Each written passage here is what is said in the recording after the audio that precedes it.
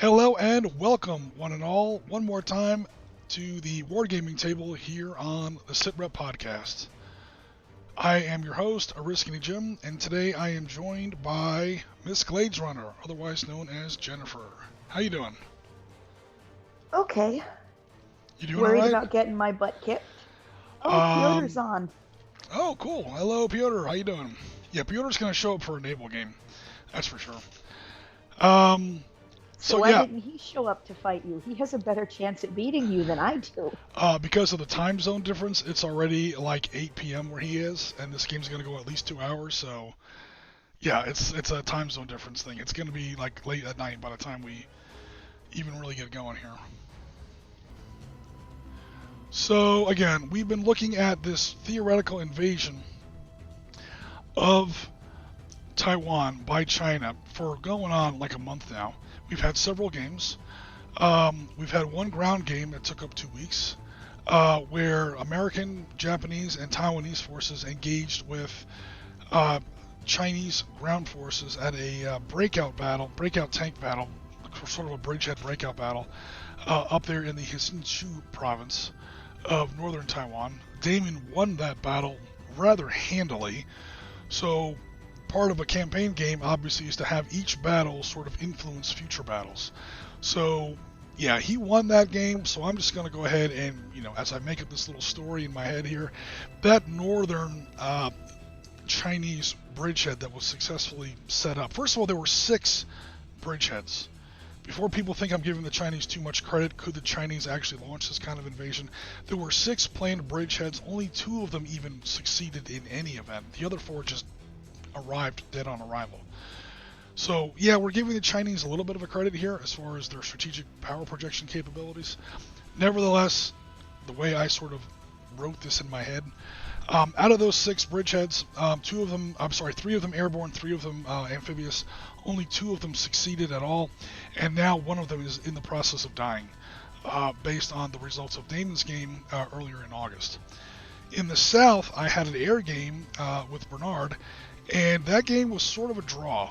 So the Chinese Air Force is sort of holding its own over the southern parts of the Taiwan Strait. So that airborne landing we see down here, 45th Airborne Division, has landed down here near Kaohsiung. That's actually holding out for now, and that's going to bring us to the focus of today's game. So the northern area is it's literally imploding. Down here in the south, the Chinese are holding on, sort of. Their plan at the moment, again, we're 12 days into the war now, their plan for the moment is to send one last convoy of troop transports across the southern part of the Taiwan Strait, where their Air Force still has some parity, again, based on the results of previous games in our campaign. And what they're going to do is they're going to try and reinforce this area down here in the south. They no longer think they can take over Taiwan outright, but what they're trying to do in our little fictitious scenario here is at least maintain some sort of a bridgehead here in the south, so that when the inevitable peace talks start, they can bargain from a position of parity, at least, if not a position of strength. However, as this northern part of the battle sort of wraps up, all these reinforcements are going to transfer to the south, and these guys are going to be out of gas. This other bridgehead down here. To counteract that, the Chinese are sending across a troop transport convoy to reinforce their southern area. The American 7th Fleet has orders to intercept and sink that transport fleet as best as it can. So that's the purpose of today's game. This green rectangle shows the area of today's battle. It's about 108 miles across. Again, it's usually 1 inch per nautical mile on a physical table, so I have an 8x5 virtual table set up. So it's 108 miles by 60 miles. That's it to scale. It's a pretty big map, as you can tell. Naval games tend to cover a lot of territory, and we'll see how it turns out. Here are the ships that are going to be featured in today's game. Okay, so surface vessels, we have the Americans. That's Jen's going to be playing the Americans. She's going to have a Ticonderoga class guided missile cruiser. They're getting old. They used to call these Aegis class cruisers. Standard diesel propulsion, but as you can see by those enormous box-like superstructures up there above decks, those things are just jam freaking packed with electronics. These big broad panels that you see here on the side are entire fixed radar arrays. Half the ship is a radar dish. What these ships lack in just sheer gunnery, first of all, who cares about guns? This is the modern Navy. This is all missiles. But it's electronics, man. This thing just is an absolute box of electronics. So she's going to have one of those, and that's her flagship. Escorting the Ticonderoga, she's going to have 2 Arleigh Burke-class destroyers. We've seen them now in 3 different games. We've done Spratly Islands, and we've done... what was the other one we did? Oh, the Straits of Hormuz. Arleigh Burke-class destroyer is the standard U.S. Navy destroyer at this time, at least for the moment. They're being replaced by those new Littoral class, those Independence class Littoral. They call them destroyers. I don't really think they're destroyers. But anyway, that's the standard destroyer in the U.S. Navy, at least at the moment. The Chinese are going to have 1 Type 55 Renhai class destroyer. Those are the new shit hotness, at least for the Chinese Navy. It doesn't look like it. Go ahead. She looks very sleek. Yeah, she looks almost too sleek, as in there's no guns on it, or no missiles. This thing does not bristle with missiles, or anything like that. It's got one pissant little 130mm gun up there, and then pretty much nothing. Okay, beware of this box. Do you see this little panel here? It almost looks like the cargo cover on an old pirate ship. Those little doors open up, and the whole front of the ship is just packed with missiles. It's a vertical launch system. That thing launches missiles every day of the week and twice on Sunday.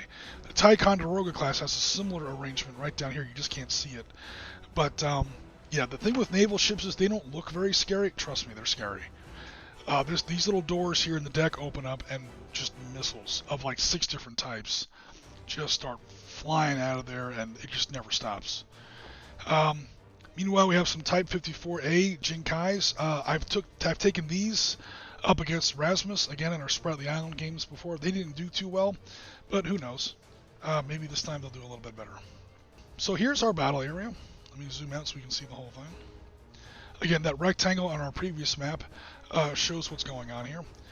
The Chinese are going to set up anywhere they can or anywhere they want within this red area. Again, they kind of control the Taiwan Strait right now, or at least the southern part of it. The Americans are attempting to, the Chinese are attempting to get this troop transport convoy. These are Type 072A landing ships. These were just commissioned, I think, in like 2006, so they're pretty new. They have some air defense, but not much.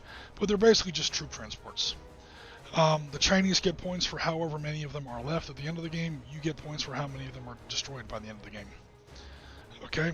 They do have some other land-based assets. These islands they've already taken over. These are formerly Taiwan.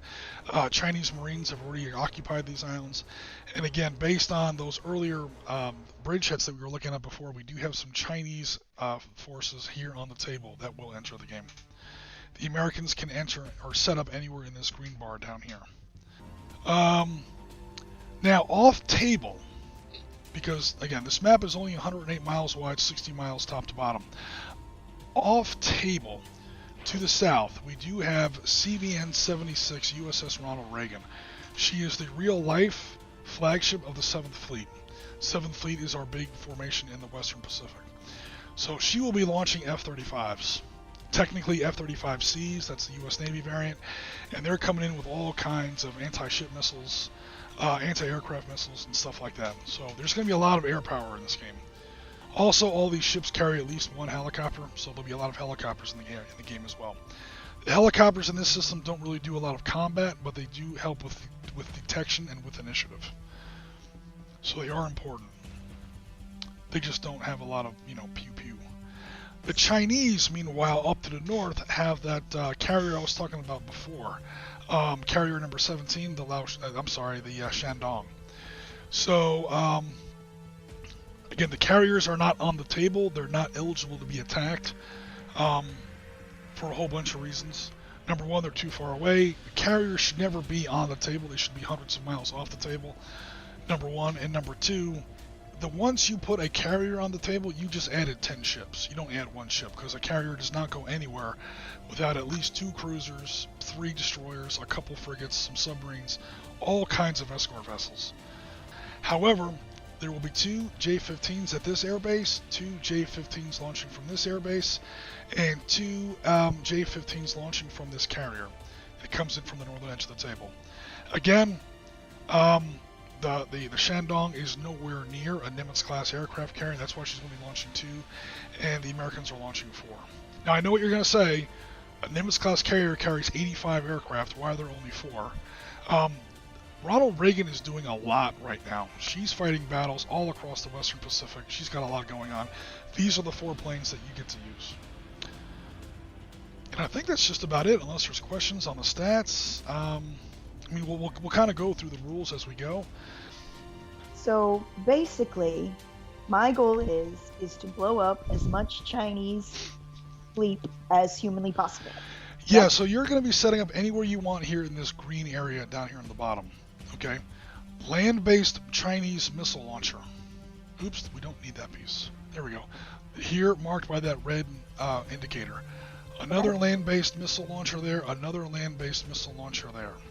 Notice so it would be nice if I got rid of those. Yeah, because they're going to be launching 2. Oh God, what is it again? 2 cruise missiles at you each per turn, every turn, until you do something about it. They're big underground bunkers. They're not running out of missiles anytime soon. YJ-18 surface-to-surface missiles, those big, gigantic, yeah, if they hit one of your destroyers, they're going to break it in half, because they are big-ass missiles.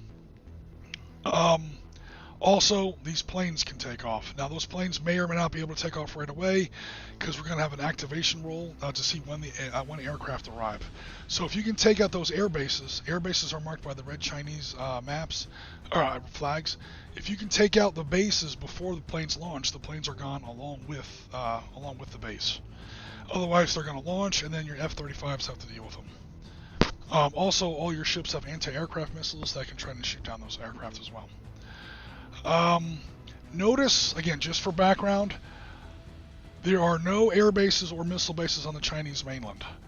So now that the war has technically entered now that the war has actively entered the Taiwan Strait, the Chinese are not launching any aircraft or any missiles directly from their homeland, because they're not trying to get their homeland into the war. Accordingly, you're not allowed to approach within like 20 inches of the Chinese mainland. That's up there in the northwest corner of the map, and you're certainly not allowed to shoot at anything in the Chinese mainland. I didn't want to also develop or design a cheesy scenario where I had missile bases in an area you're not allowed to shoot at. There is no way in hell anyone's going to allow you to shoot a cruise missile. Even though this war has gone hot and all rules of engagement are out the window, you're still not launching a Tomahawk cruise missile into China. Because then they're going to launch something at you, and it's going to have a mushroom cloud on the end of it. Okay, so it's bad enough in our imagined scenario where both sides are still technically trying to avoid World War III.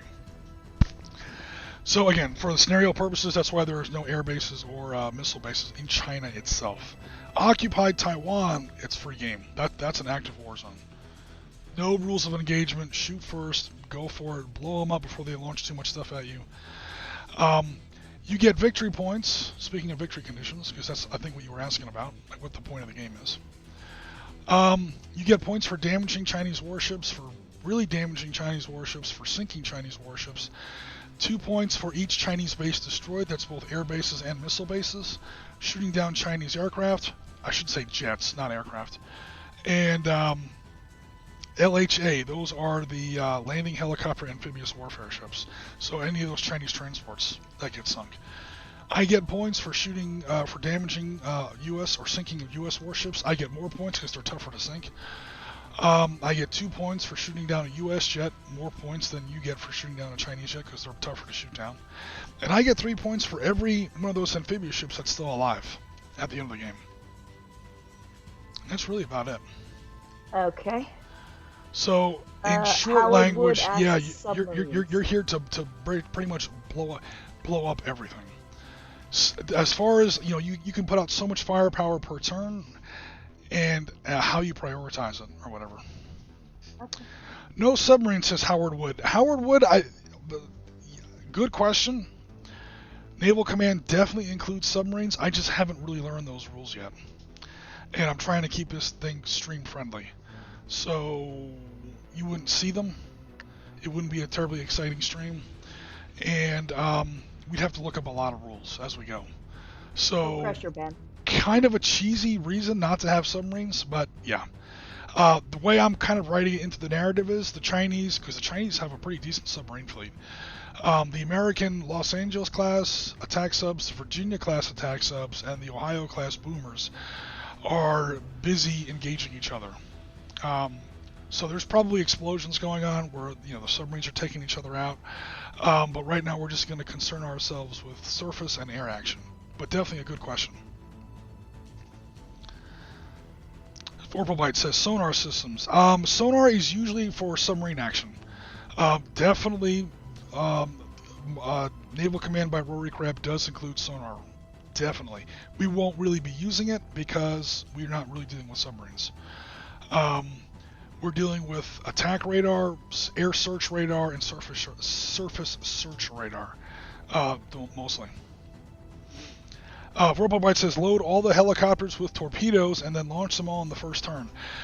She can launch most of her helicopters on one turn. The only ship that can't launch all of its torpedoes in one turn is her flagship. Her flagship has one helicopter deck and carries 2 helicopters. So it will take her 2 turns to launch both of her birds. Those are SH-60 Seahawks. They do carry anti-ship torpedoes if you want to. I don't know how effective that's going to be, because by the time those are mostly for anti-submarine, it's technically legal to use them against surface ships. However, what's going to happen is you're going to have to get within 12 nautical miles to launch that fish at me, and by then you've been under range of my HJ-16s, all my anti-aircraft missiles for like 50 miles. So the odds of you living long enough to launch that torpedo are not good. That said, your JS-35s can launch the new, not ASRAMs, the air surface missiles with no problem from God knows how long off the map. I mean, yeah. So torpedoes are legal if it really gets desperate. You might want to launch some torpedoes. Maybe against those guys, because they don't have the greatest air defense. But I don't know if I would try it too much against... It's the old Dark Star trick, Jen. If you're trying to get missiles and fighters, and do it all at once, because you can overwhelm enemy air defense. Yeah. All right, so... This is a lot. I was expecting it to be a little simpler. I wasn't expecting to have to control aircraft. I didn't think of modern... Naval warfare nowadays is pretty much air combat that takes place over water. It's wet air combat. No one's allowed to make fun of me if the U.S. fails abominably. Well, when I blow the bottom out of USS Ronald Reagan and I sink her to the bottom of the South China Sea, everyone's going to laugh at you. But other than that, don't think I haven't done it. I've sunk HMS Hermes in the Falklands before. I sunk her with the Argentinians. Although I was unfair, even putting Hermes on the map. That's why neither carrier is on the map, in all seriousness. Overload your defenses, yes, but there's definitely rules for that. Absolutely. If you put a bunch of missiles on one target, that one target is allowed to use its air defense systems over and over and over and over again, but every time you use it, you build up a penalty. And there's definitely a rule for that. Eventually, something's going to get through, and then it doesn't take much to sink these ships. These modern day, like harpoons, those YJ-18s, the Tomahawks that your ships carry can only engage land targets. But yeah, these are really, really big missiles. These are like 16-inch shells with wings. And they fly like 400 miles instead of 30 miles, which is why we don't use battleships anymore. I always have to kind of point that out, because people are like, how come we don't bring back the battleships? Because they wouldn't last 5 minutes in a real shooting war against modern navies. Okay, so chat. I should use my big-ass missiles against those land targets so they can't launch shit and blow me up, and then save my planes and smaller shit for against those other craft that I need to sink. Does that sound about right? Yeah, everything I'm not here... asking you, Jim. You're Chinese. Well, I'm also going to show you the stats for your ships, but that's okay. Go ahead. You go ahead. Yeah, so Harpoon, SSM. Harpoon, surface-to-surface missile. That's what you shoot against enemy ships. Tomahawk, land attack, surface-to-surface missile. They used to make, because before anybody asks, they used to make a Tomahawk anti-ship missile in like 1983. They haven't made it since then. It didn't really work didn't work that great. They don't make them anymore. So before anyone asks, Tomahawks in the real world nowadays only against ground targets. I would not even worry about light guarded torpedoes. I mean, if somehow something gets within 12 miles of you, which is absurd, sure, launch them then. But I wouldn't expect that to happen. Same thing with the 5-inch gun. Then you've got all kinds of anti-aircraft missile systems up here. Anti-aircraft guns, that's literally guys with 50 cals. SM-2 standard, those are short-range air-to-air missiles. And then the Phalanx, CIWS. Those SM-2s aren't really short-range. Those Phalanx are definitely short-range. That's a 20mm 6-barreled Gatling gun that basically is radar-guided and shoots down missiles coming in. The Chinese have similar systems, they're just not quite as good. So those are all my different types of mass drivers. More or less, yeah. And it has close range. Hey, Chad, if you're at all familiar with Dark Star, yeah. The only naval combat I've done in recent memory is Dark Star, which is space naval combat. So everything in this, I'm going to asking Jim if it relates to something in the space naval combat game that I play. So please forgive me if I sound like an idiot. Vorpalbite, you mentioned Silkworm missiles. I'm not sure of the name. I have the actual military designation. So YJ-18 SSM, there's also a C-803 SSM. One of these might be the Silkworm missiles you're talking about. I'm actually not sure. Because I'm going by the actual military nomenclature as opposed to its nickname or whatever. Also, I'm not that familiar with a lot of Chinese weapons. But this is what either the game gives or, because the game has a lot of mistakes, all due respect to Rory Crabb. Also, full disclosure, I have not yet downloaded his 2nd edition. We're still playing 1st edition. 1st edition is riddled with mistakes. Not in the system, in the actual stats for the ships. So I have to do a lot of corrections. Now, that may have been corrected in 2nd edition. I think they said they were going to clean it up in 2nd edition. But here we're still using 1st edition. Also, some of these ships had not been invented yet when the 1st edition came out in real life. Type 55 Red Eye, I had to make those up. Based on what the ship really has. Because the game did not include Type 55s at the time. Again, 1st edition, and those Type 55s have been built since then. This is up to the minute modern combat. Alright, so we've been talking way too long. Let's go ahead and kick this big. Okay, we're going to go ahead and start off with initiative. Actually, we're going to go ahead and set up. You set up, again, anywhere in this green box. Your aircraft are not on the table yet? Come on. So let's get them off there super fast. Okay, you've got 3 ships. Again, 2 destroyers and 1 cruiser. John McCain, USS Campbell, and USS Chosen. I had to pick ships that are not scheduled for decommissioning in 2022 or 2026 because, again, these ships, I'm using the real ships. And number 2, I also wanted to make sure that I picked out ships that are in the Pacific in 7th Fleet. So that's either going to be Japan or Hawaii. None of these ships are actually stationed in, to my knowledge, none of these ships are actually stationed in the West Coast, Jacksonville, Newport News, any of that stuff. So about where do you want your ships to oop, I zoomed out too much. About where do you want your ships to set up in that green rectangle there at the bottom?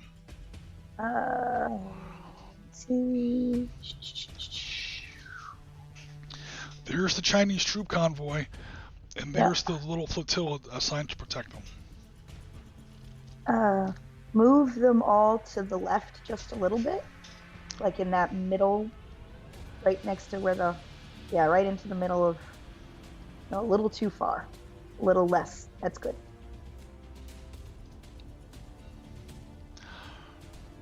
Is the heading about right? Yep. Not that heading really matters in this game. Yeah. And I'm assuming we can't block each other's line of sight or anything like that. Every grid here is a nautical mile, and these ships are about 300 to 400 feet long, 500 feet long tops. So hell no. There's no arc. There's no blocking line of sight. The only thing that blocks line of arcs. The only thing that blocks line of sight is actual land. So keep an eye out Rasmus for knows that. of my trouble with arcs. Well, that's a different game. Okay, so everything is now set up. No aircraft are launched yet. The battle's just starting. So for this first battle, or for this first turn, initiative is going to be very, very simple. Both sides roll a d10. Now, later in the game, you get a bonus. You get an extra d10 for however... Oops. Let me get my little thing set up here. You get a bonus later in the game for, like in future turns, an additional d10 for every air search helicopter that you have launched. Okay. So give me just a moment here to... I rolled an 8. You are probably winning.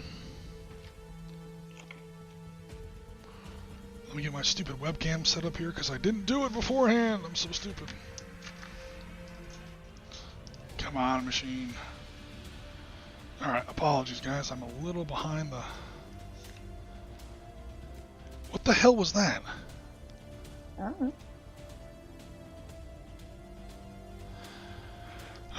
Apparently I have to turn on my webcam twice. It's on. Yeah, but it was on and then it turned off and now it's on again.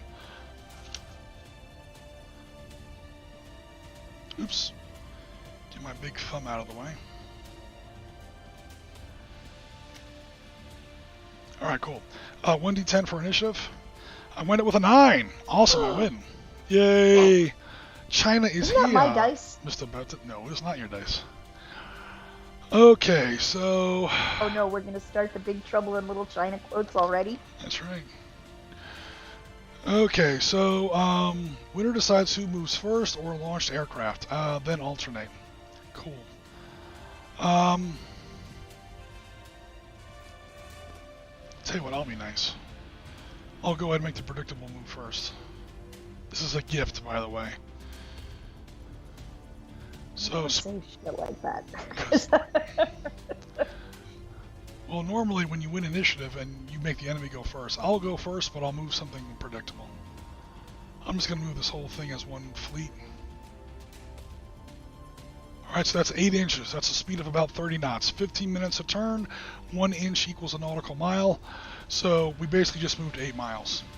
Basically a quarter of what it does in a turn. In an hour, sorry. Almost every ship in this game has a flank speed of 8.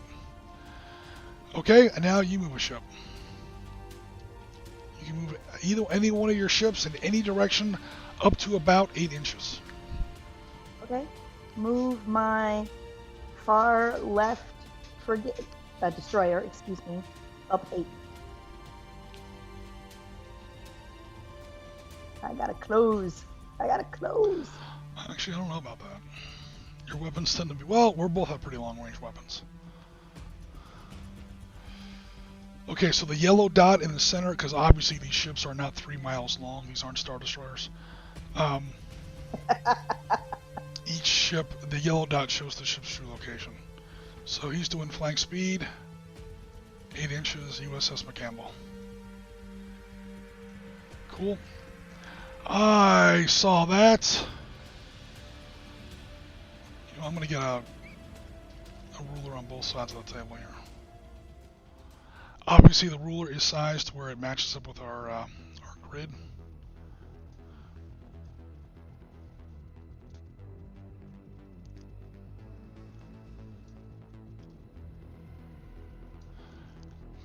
Okay, over to you. Ah! Come on, machine.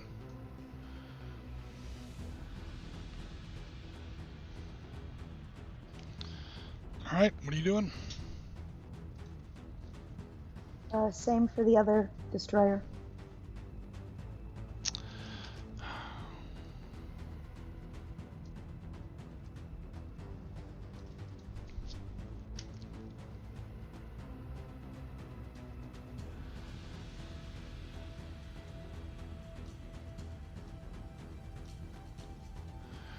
The enemy is turning south. New heading. 135. They're coming down straight toward you. Okay, over to you. Same for my big guy. Alright. Nice, simple first movement. Yep.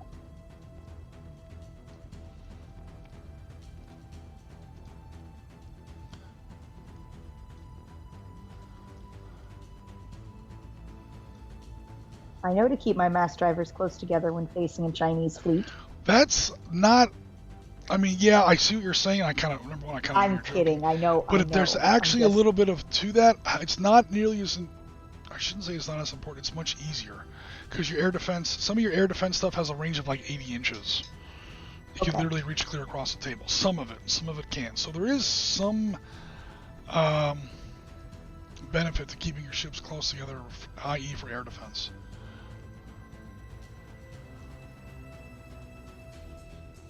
Oops, what am I doing? We're at the center ship. And when can I launch my aircraft? As soon as we finish our ships, which I think now we're all done. Okay, now we're in the navigation phase. The first player moves a ship or aircraft. Alternating with second player, launch or move patrol craft or helos. Do not move fighter or strike aircraft. Check fuel. Fuel is a rule I've added, but I'm not doing it for fighters, only for aircraft, helicopters. Hold on one moment. Check a special rule.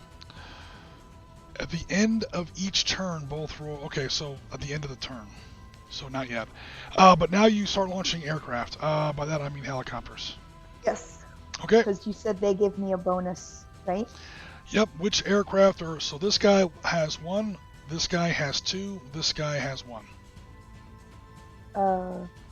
Let's start with the... Oh, Lord. Blind old lady eyes. The Campbell's. Okay. You say the left-hand one. Left-hand one. All right. It has a speed, I think, of 30. And now it doesn't spot land targets, right? It spots sea targets. All land targets are visible to your surface search radar because they're all within 6 inches of land. The only time a surface warship in Naval Command is not allowed to spot a land target is if it's more than 6 miles inland. Okay. Where the hell is the speed on this thing?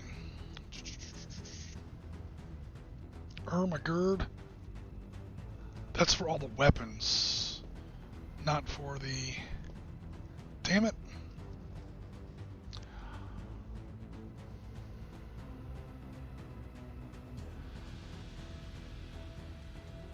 How stupid is that, man? I put down everything except the speed. Okay, we'll just say it's 30.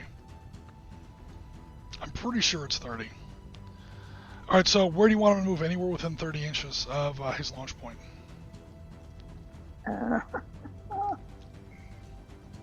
Okay.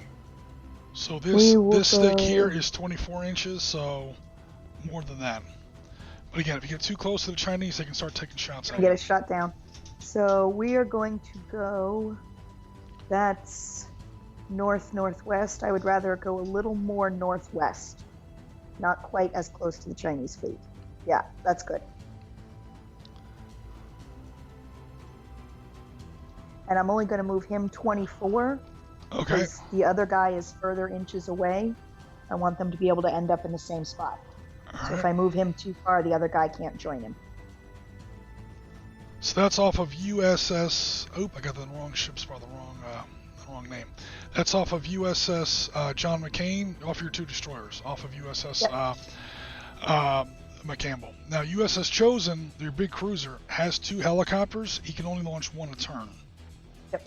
But he can launch 1 more bird now if he wants. Go ahead. Same place. Yep.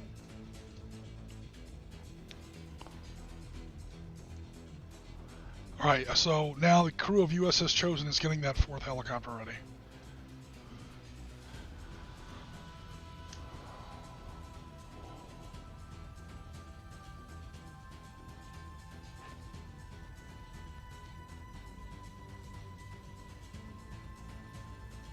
And what's the range on my Tomahawks? Oh god. I'm pretty sure it's anywhere you want. Okay. I'll look it up for you to be sure in a minute.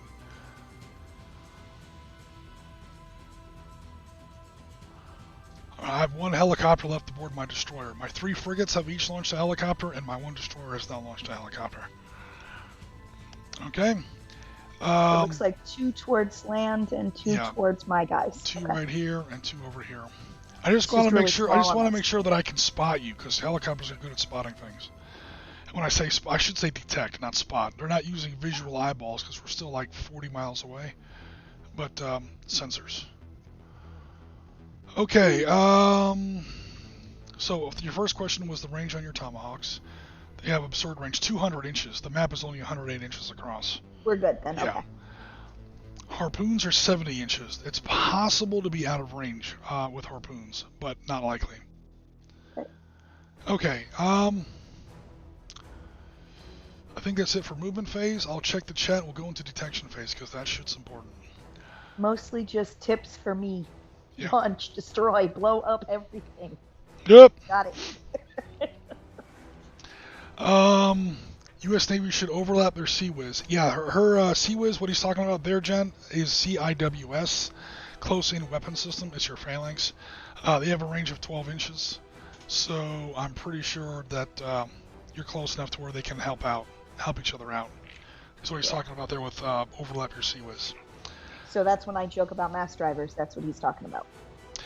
Rasmus says, John McCain did well for me when we had to go a while back. Yeah, those 2 ships are the same, McCampbell and John McCain. However, they're now joined by the cruiser, the Ticonderoga class air defense cruiser, the Aegis class cruiser, USS Chosen. Okay, so detection phase. You have to go first because I want initiative. Okay. So, your first ship, are your sensors active or not? If you turn your sensors on, your active, search sensors, great. You're going to detect stuff a lot easier. You get a bonus to your roll. I'm going to be detected, yes. Yeah, it's like charging into a dark room with a flashlight. You're going to see me, but I'm going to see you almost as fast, if not faster. So declare your ship and whether or not you're detecting. Whether or not you're active. Which ship, and then are you active or not? You know what? Just go buckaroo. for it. Just go I'm for going it. for it. We're active. Oh, I get reference, by the way. Just ping the shit out of it.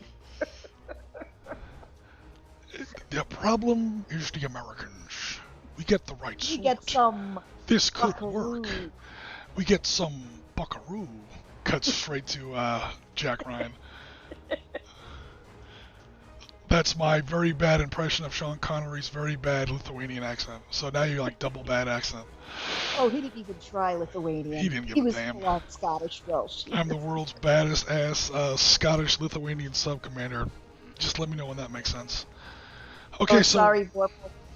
I went full-on buckaroo. You're probably right, but I'm going more which ship are you going to try and detect?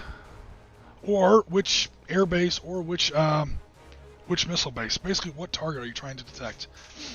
I want to destroy those missile bases first, the ones on land. Okay, which one? There are 3 of them. Let's do that 2, one right in. 3. This one here? Yep, let's do that one. All right, cool. We have special rules for that because it's a ground target. Chinese missile bases have an electronic warfare rating of 8. Am I popping into the mic? Sorry about that. Alright, cool. So, detection phase. Come on.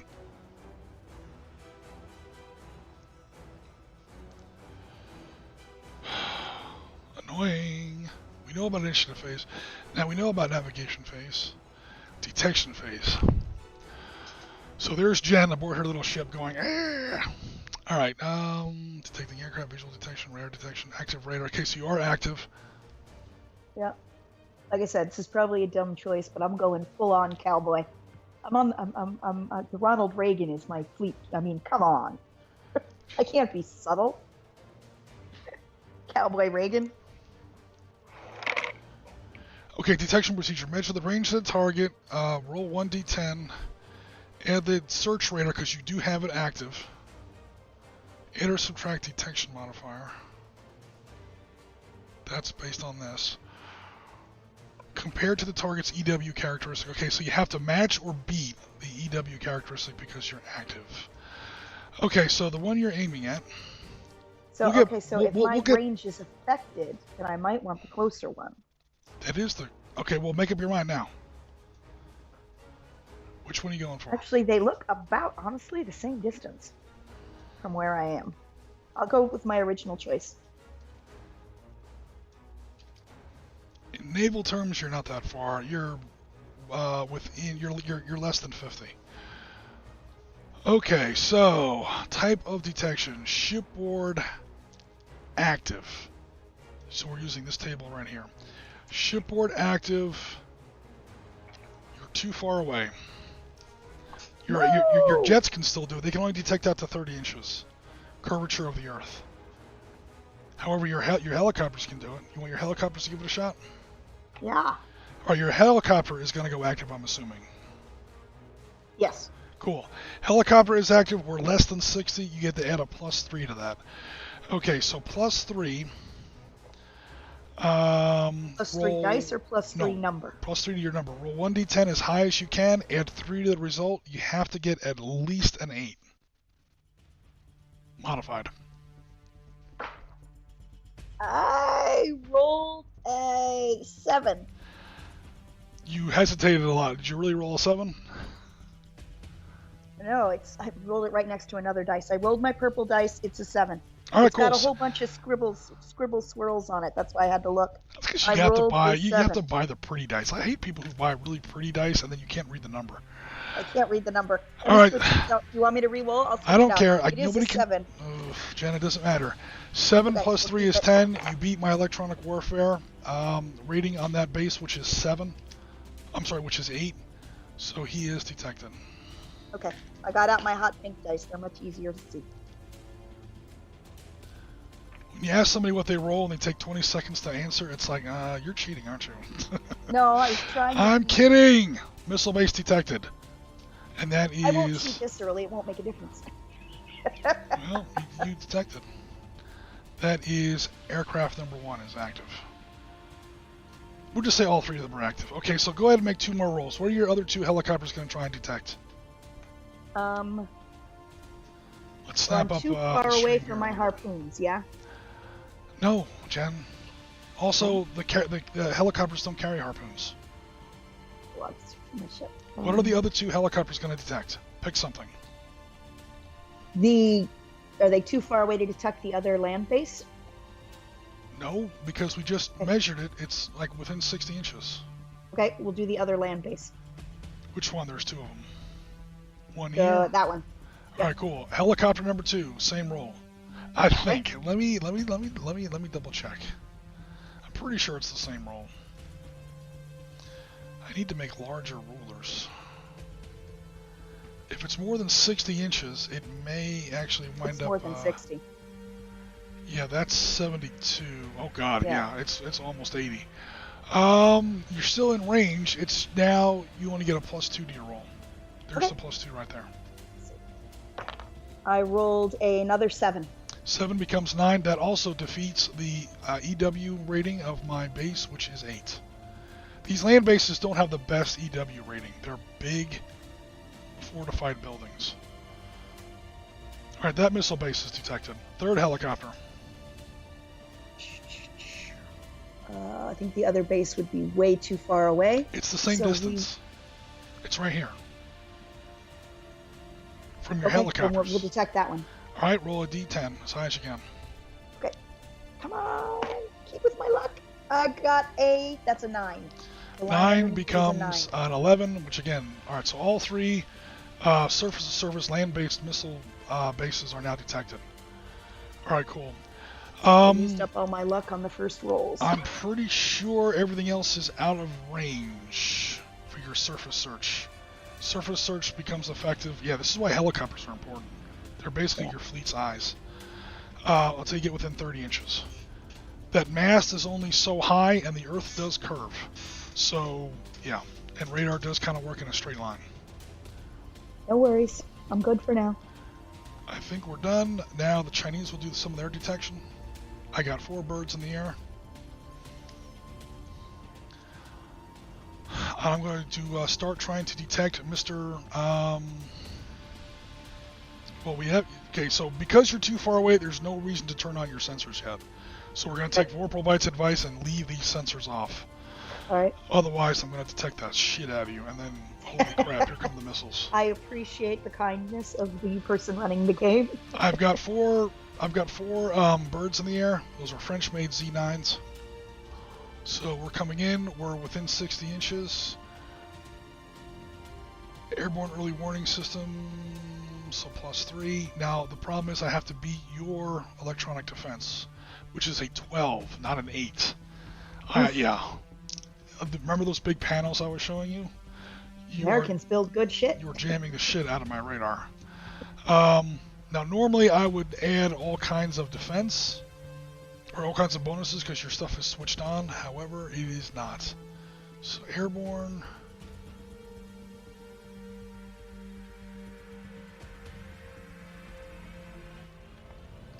+3. The Z29 Dolphin has a +0 on its radar. Oh, you had an additional +1 on all those. I forgot to add that. So you definitely detected me on all 3 of those rolls. I get a +0. That's the quality of the radar of the actual aircraft itself. So I get a +3. Basically, I need to roll a 9 or a 10. I get 4 chances. Because a 9, if I add numbers to it, if I add my +3, it becomes a 12. I need to get a 12. Yep. So, first helicopter, negative. Second helicopter, negative. Third helicopter, negative. Come on! Uncle Chew, help me. Hell no, I got 3 1s. My guys forgot to turn the radar on. Oh. They're French. They're too busy smoking. The helicopters are French. The guys are Yeah, that's Chinese. what I mean. The helicopters are too busy smoking. Oh, the helicopters, yeah. Typical French technology. All right, so that was a bust. All right, you've got a pretty good advantage so far. I will. I think that ends detection phase, and then we will go. Must score equal to if using passive sensors. Okay, cool. Now we're going to do attack. But I can't really attack. I have nothing detected. But before we go into attack phase, I will check out Mr. Chat.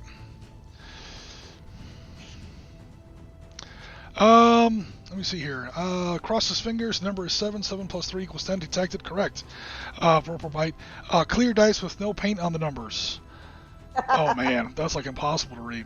Yeah. Laser paint those targets on launch missiles. Yeah, I'm pretty sure she's going to launch some Tomahawks. I'm pretty sure there's some Tomahawks coming my way. And they don't move the bases, so a GPS reading is not too hard. Yeah. Once anything is detected in this game, it's pretty much there for good. It's really hard to become undetected in this game. Xi Jinping demands for... Oh, no. All right, Piotr, I get reference. Yep, that's our boy Giep demands results, except we're in the wrong war now. So Mr. Winnie the Pooh demands results. Well, Winnie the Pooh is pretty pissed off right now. My guys literally forgot, they forgot to pack the batteries for the radar or something. Yeah. They're just detecting your fleet. You're going, we've got ships. Oh, wait a minute. Those look familiar. Those are our ships, you dumbass. And by the way, you just painted us. Now the radar can see us off of our own lasers. It's not lasers. Anyway. Alright, so attack phase. Cool. Each one of your ships can launch 2 Tomahawks.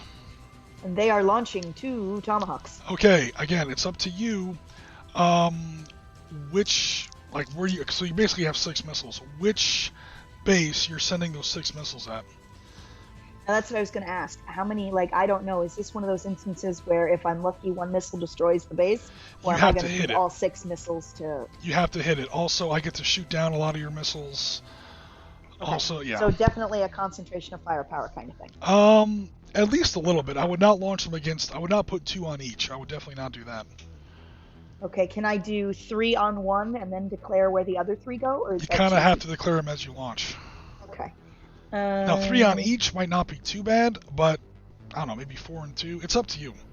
6 on 1 might be a bit of overkill, but I honestly don't know. I haven't played that much of this game. Let's do 4 on that little island. Alright, so 4 Tomahawks on this island right here. Cool. Yep. Alright. You are launching. I am counter launching. I have easy to see dice. Hot pink and lavender. I am within of the flight path of the missile. So your missiles are doing basically this. Alright, cool. So basically I have to measure the distance between my launch location and your flight path. I'm pretty sure that's within 30 inches. Or it might be right at 30 inches. Nope, it's just beyond 30 inches. Okay, that's going to make a difference. Does it ever get to within 30 inches?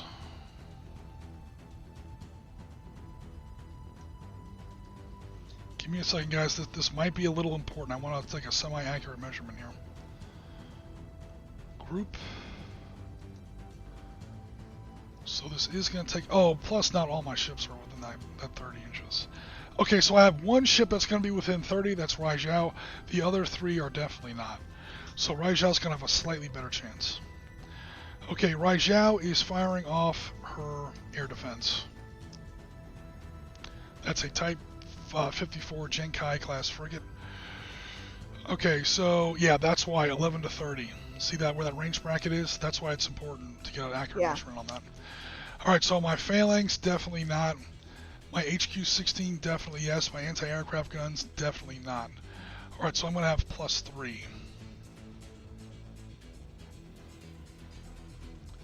For my HQ-16 SAMs. The defense of your missiles is 11, I believe. Missile defense for a Tomahawk is 11, so that's the number I gotta beat. I get a +3 on my roll. I did not go active, so my air defense radar does not add into it. That is just going to be... 8. I have to roll an 8. I have one chance off of the Jinkai. Or I have one chance off of each ship. He needs an 8. These three guys need a 9. Okay. Alright, so first of all, number 8. Crossing my fingers. Nope, and then the other guys need a 9. 6, 1, and 7. Even with a I little see bit of, that trench. that was unintentional, but I still lost. Yeah, this is where maybe you want to go active, maybe you don't.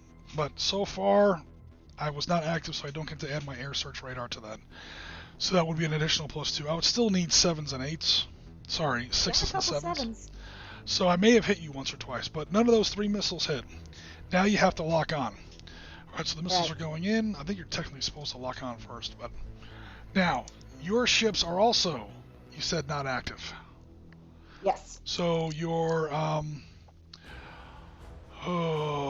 fire control radar does not get added. Okay. But the missile itself has its own attack. So accuracy +2.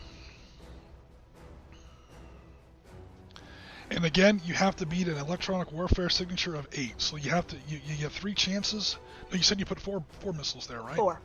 Yep. 4 missiles are going to hit there. You need to roll a modified 8, which really means you need a 6.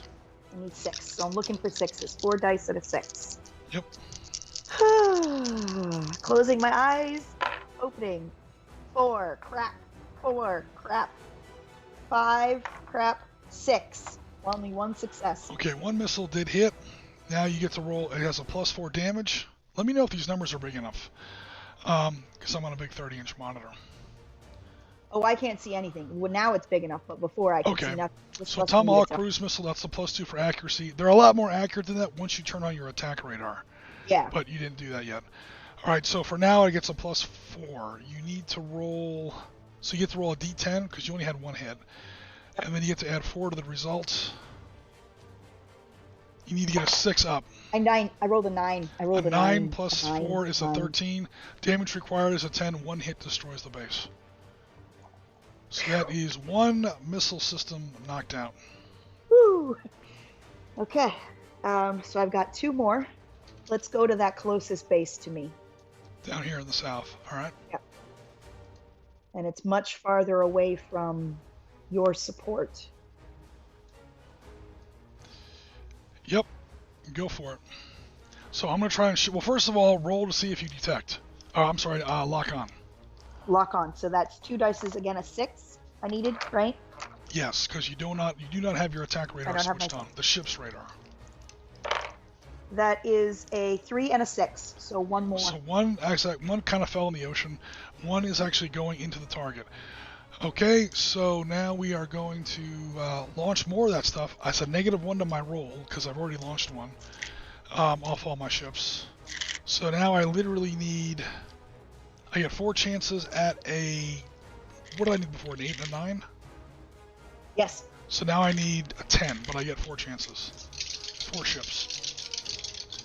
Alright, you never know, I might knock him down. You might. Boom, knocked him down. Ah, there's that 10. Shot down that missile.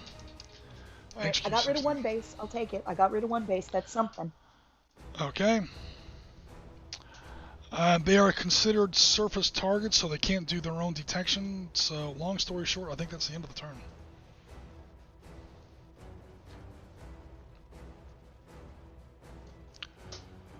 No bombing attacks, no applying damage, damage control, no. Okay, cool. Roll, now we go down to special rules at the end of the turn, remember I said. Mm-hmm. As soon as I can figure out where the hell I'm at on the spreadsheet. At the end of each turn, both players roll 1d6. I apologize, you do need a d6. D6, got it. If successful, aircraft arrive during the next attack phase. So it's turn 1, you need to roll a 5 or a 6.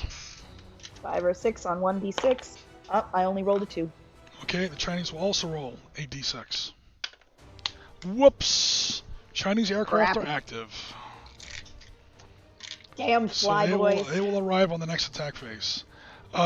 If one side's aircraft are active, first of all, that roll gets 1 easier per turn, you'll notice.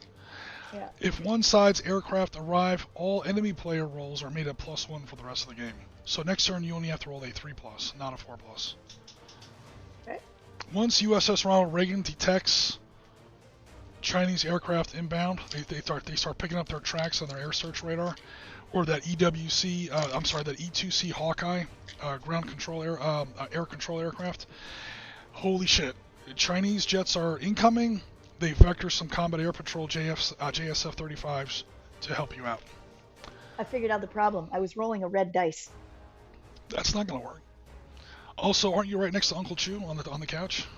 Oh, damn you, Uncle Chu! He's spying on you. He's spying on me. Face on the wall.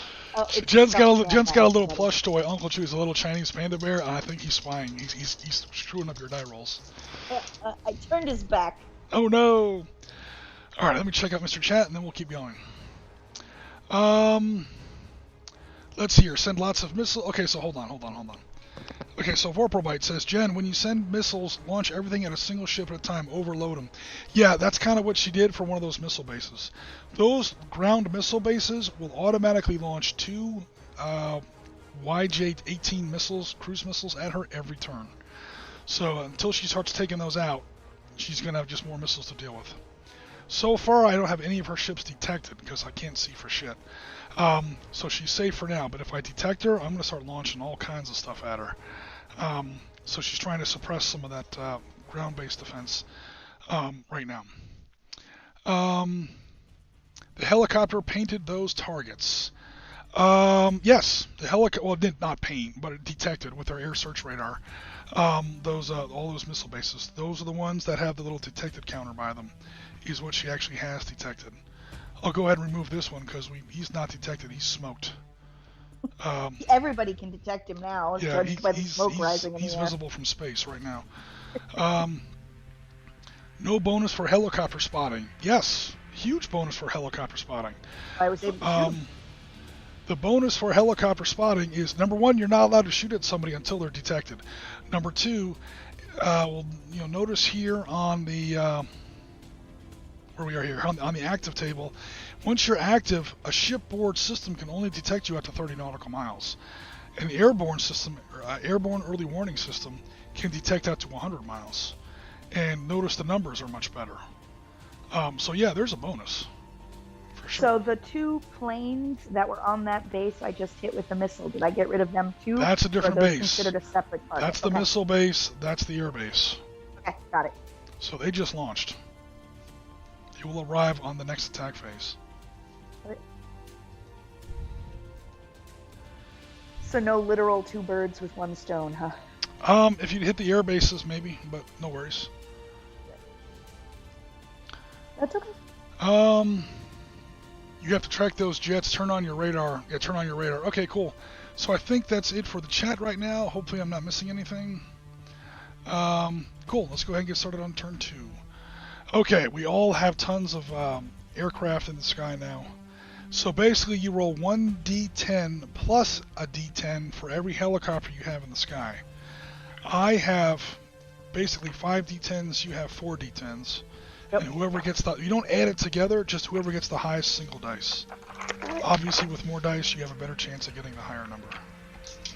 Get rid of the red dice. No looking, Uncle Chew. My highest is a 9. So's mine. Okay, I have a 2, a 3, a 5, and a 9. Re-roll a single d10, because now it's just a tiebreaker. Got it? 2. I rolled a 6. Okay, you win initiative this time. Am I moving first, or are you moving first? Yes, you're moving first.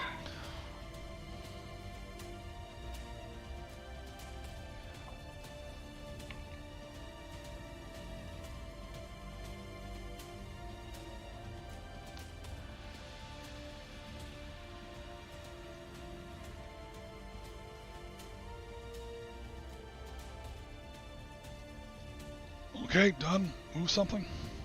You can either move an aircraft or a ship. By aircraft, I mean helicopters. Mm-hmm. And launches take place after, yeah? Because I have one more helicopter to launch. Yeah, you can launch that now. That counts as movement. I'll launch my helicopter now. Okay, he moves up to 30 inches away from the Chosen. Where's he going? Yeah, that's only that's only 24. That ruler. Yep. You know what? Move him over with the other guys. Ooh, that reminds me. Fuel. He just launched. He doesn't have to worry about it, but these other 3, fuel spent. Come on, man. If it's going to be a pain in the ass, I won't even bother. Fuel spent. Fuel spent. Okay, my 4, of course, are also spending fuel. And I'm now going to launch my 5th. For my movement. Oops. Zoomed out way too much. You're giving me the International Space Station view.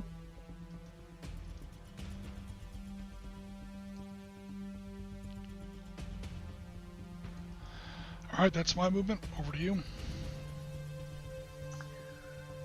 Move the far left guy up 8. Same heading. Steady as she goes. Full steam ahead.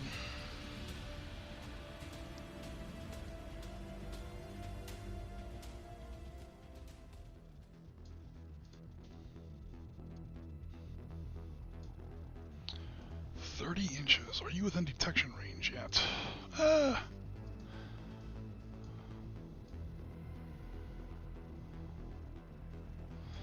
Next question, will all my ships be able to get to within detection range? If I move him 8, he'll be there.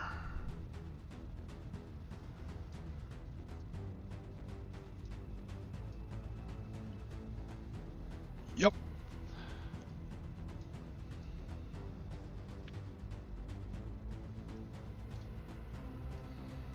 That puts me within 30, right? Yep. Sweet. Detection fade. Well, not yet, but we'll be detecting some stuff next turn. Okay, over to you. Other frigate, same thing.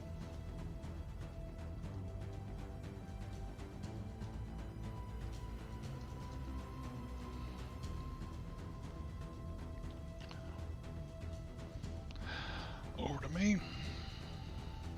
Jeez. A tsunami in the South Pacific.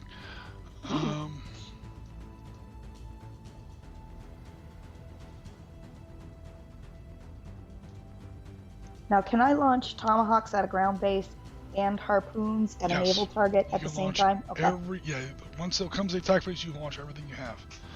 Somebody shoot something. Okay, over to you. Put the big boy right in the middle.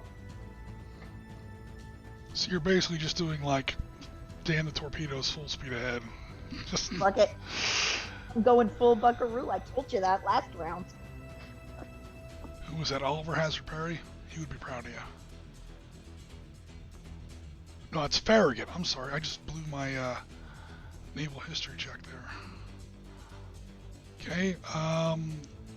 This isn't some sneaky peek submarine. Like, nope.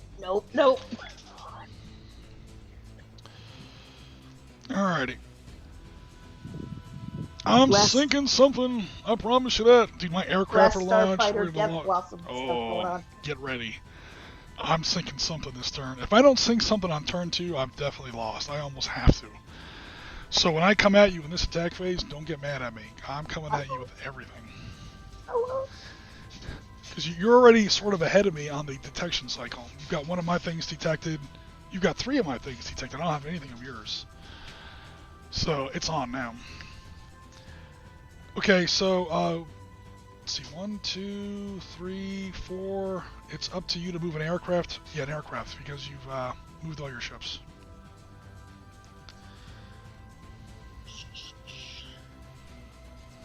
Let's see. I'm going to go ahead and move 2 of them.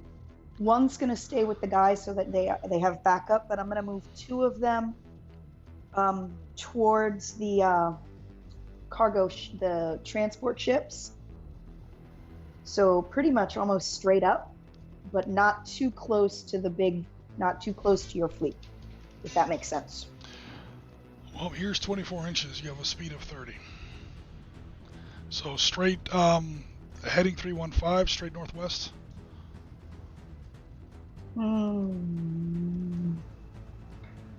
More northwest. So now we're at 335, something like that. Yes. Damn it.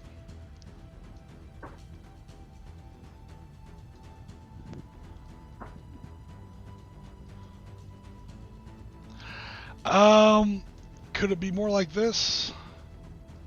Because again, you're not really allowed to get too close to the Chinese mainland. Okay, that's fine. There's like a little UN exclusion zone there. All right, cool. I just want to get closer to those troop transports so I can spot them. And a little closer to your ship so I can spot them. All right. Cool. Let's go ahead and do the rest of my movement.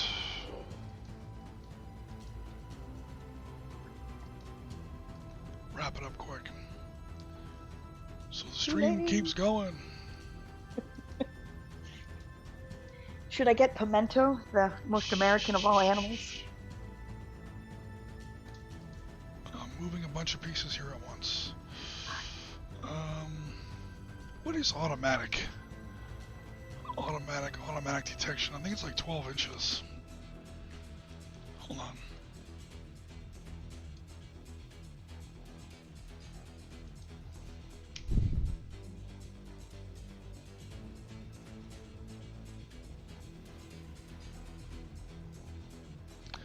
A ship can only see as far as the horizon, curve to the earth, higher elevation. Ships and aircraft automatically detect an identified target within visual range, 12 centimeters, 30 centimeters, or 30 inches for airborne aircraft. I have got to detect a lot this turn, or else I am really in trouble.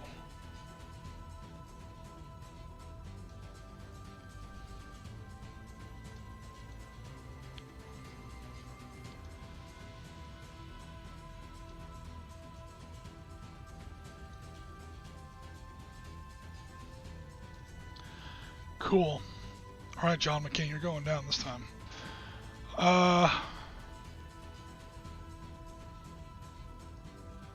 Damn it with that. That's really getting annoying. There we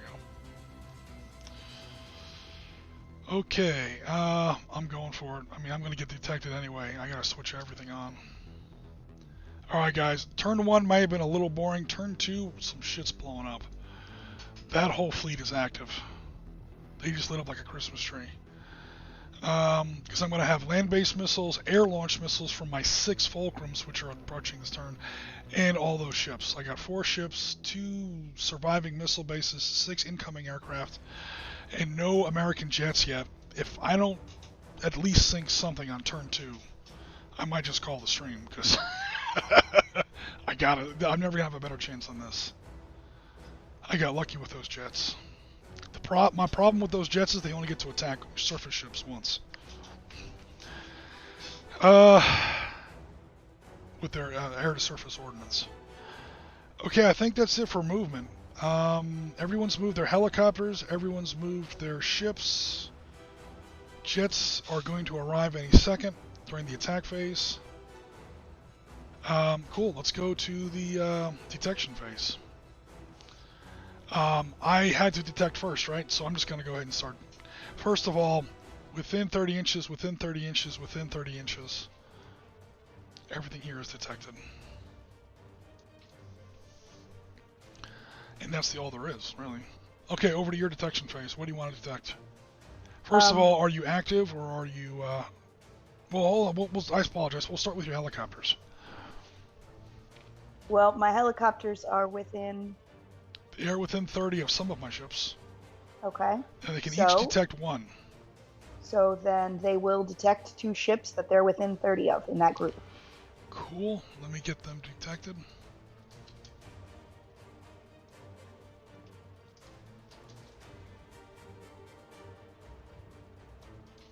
Okay. And then the other 2 helicopters are actually going to detect those guys, the transports up there. You can each detect 1. They're within 30 miles and they're at altitude, obviously. Come on. Oh, damn you. So annoying. There we go. So the first 2 of them are detected. Yeah, some stuff's gonna fly this turn, man. Holy crap. Alright, that's your helicopter detection. Now down to your ships. Are your ships going active or not? Yeah. Yeah, they're already detected. Go for it. Yeah. Alright, your guys are now active.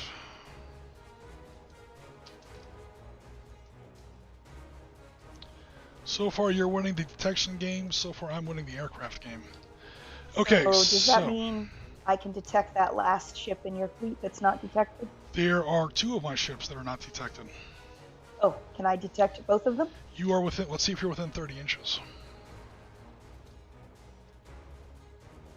I think I am, you measured it. Because your guys are within 30. As it turns out, my guys didn't have to be within 30, but I think you still are. We'll just call that within 30. Okay. At least for 2 ships. Well, now then this guy's over here. If he's not, he's not. I don't want to be cheesy. Actually, no, they're not. Okay. I mean, well, hold on. Let me take a more accurate measurement. Center dot of the ship. You are 40 inches away, 42 inches away from USS... Or I should say McCampbell is 40 inches away.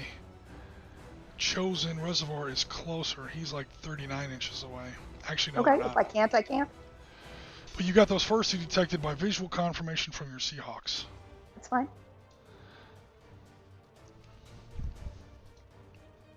I would still suggest you go active, though, because you're going to have a lot of missiles coming at you. Oh, absolutely. Yeah, you're going to want your air defense radar switched on. I got to blow up a lot of shit, so we're good.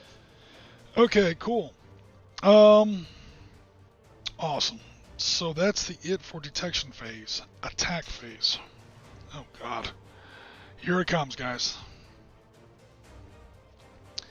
Here it comes. Did I get my land targets out of the way before we start trading blows with sea targets? Whatever you want. You're going to get the chance to shoot at something. I'm going to get a chance to shoot at something. But let's go through it one at a time here. Attack. Alternating. Start with the first player. So I'm the first player, so I'm going to launch the first attack. Each ship can fire all weapons. Launch, strike, or fighter aircraft. Strike missions already launched can also attack now. Gunnery attacks. Strike missions already launched can also attack now. Okay. So gunnery attacks. No missile. Okay, cool. So fire is not simultaneous. I'm gonna come in. I'll count each one of these pairs as an attack. That way I don't get cheesy and bring in all 6 at once.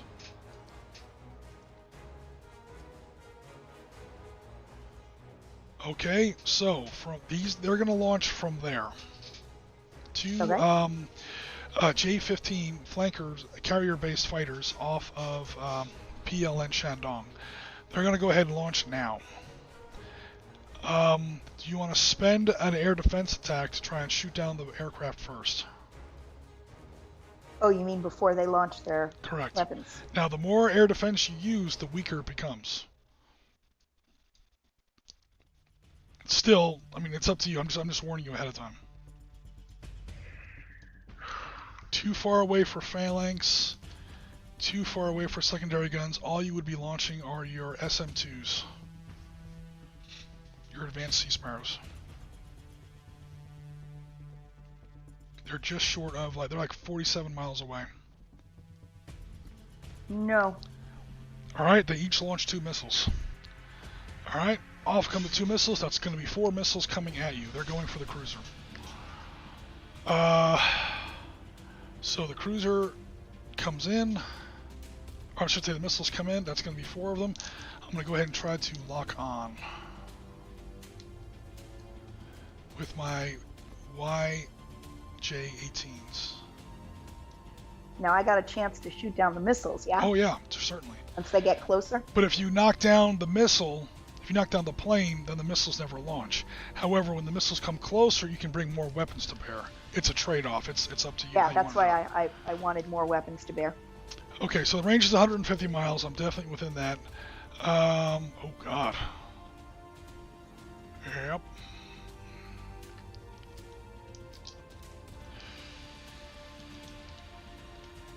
So first I have to see if I lock on. Shenyang J-15s, radar +0. Ooh, they may not even lock on. Shit.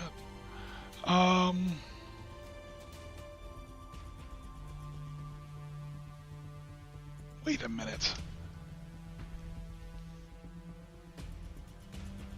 How do aircraft... Hold on, whoa. I'm doing something wrong here. How do aircraft lock on? I was talking to Rasmus. Oh, yeah, okay. Apparently Rasmus, Ronald Reagan, is asleep. Chinese get a free round with their fighters.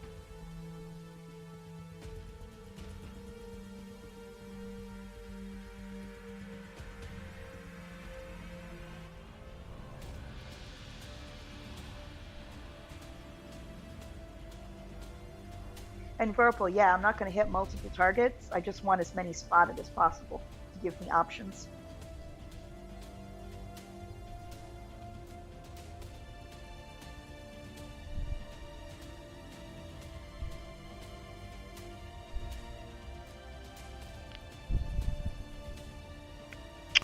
Come on. Ugh. Sometimes this rule set gets on my nerves.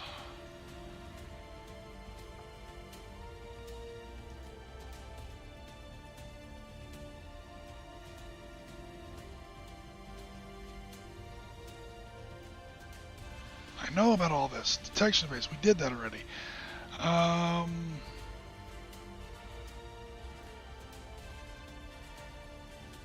For crying out loud.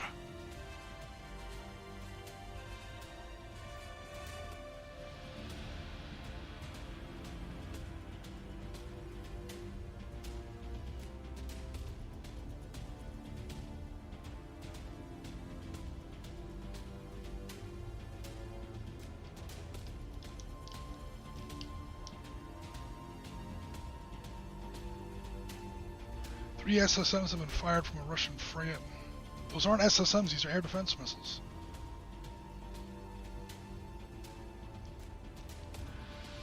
Player A, enemy jets have been launched to strike a destroyer. Okay, whatever.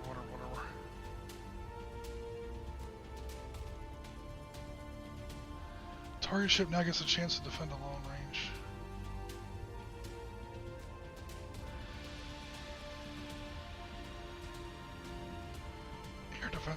those.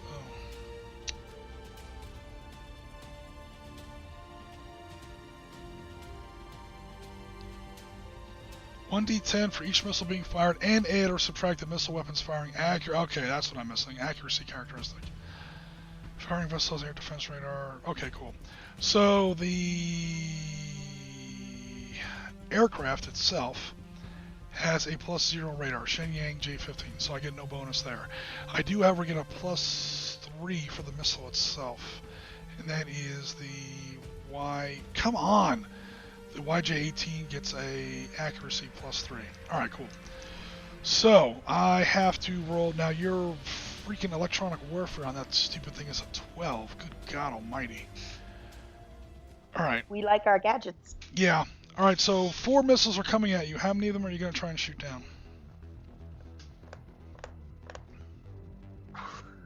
There's too many choices. I can't just like say all of them. Yeah, I'd say all of them. Depends on how good you are. Okay, so USS Chosen is going to try and defend itself, right? At what range are you engaging the missiles? Less than 12, so your phalanx can help? Yes. Cool. So, yeah, and you're now active. Yeah, it's going to be pretty easy. Ticonderoga class missile cruiser has air defense radar +3, +5. You have +8 to your roll because you're launching anti-aircraft guns, SM2s, and phalanx. You're pretty much throwing everything you can up in there at once. Okay, so this sounds really easy. You have to get an 11 plus. That's my missile's defense. However, you have to add 8 to your roll. So that means I need a 3 up. Yeah, but don't get too used to it because every time you roll, it's for going the to get rest of harder. the turn, it's going to get harder. Yep. This is why I have to literally just pummel you with missiles. Okay, so go ahead and try and shoot down one of those missiles. D10. How many? Just one? Yep. 2010. And I rolled a 3. Just 3. barely. You barely shot him down. Okay, that's 1 missile down. The 2 frigates alongside, are they also going to try and do the same thing? Yes. Okay, the 2 missiles, they have a +7. Go ahead. Not +8. I need a 4. I got a 7 and a 5. Okay, cool. That is 1 air defense roll for all those. And they each shot down 1 missile, which means there's 1 left. Where's my air defense? Cool, so I'm just going to put 1 for the whole fleet. That's fine. Alright, now the bad news for me is that I have to get an 11 and I get a +3, +0 for my radar. I literally need I have to get a 12. I have to get a 9 plus to score ahead. 5, the missile is misses anyway. Okay, cool, so that's done. That was those 4 missiles. Next 2 planes. They're going to do the same thing. Alright, now go ahead. Now you needed a... Hold on, I'm going to write this down just so I don't slow down the stream. You needed a 3/... Damn it! 3/4 up. Now you need a 4/5 up. So, Chosen, trying to shoot down those missiles as they're coming in. 1d10. Rolled a 1. That is a miss. You did not shoot down any missiles. The 2 McCains, McCain and Campbell, are each going to try and shoot down. They need a 5 up. Now these need 5s. Yep. 5 and 8. Alright, cool. So now there are 2 missiles left. Again, I need a 9 up, but now I get 2 chances. Oh, double 7s. They're getting closer.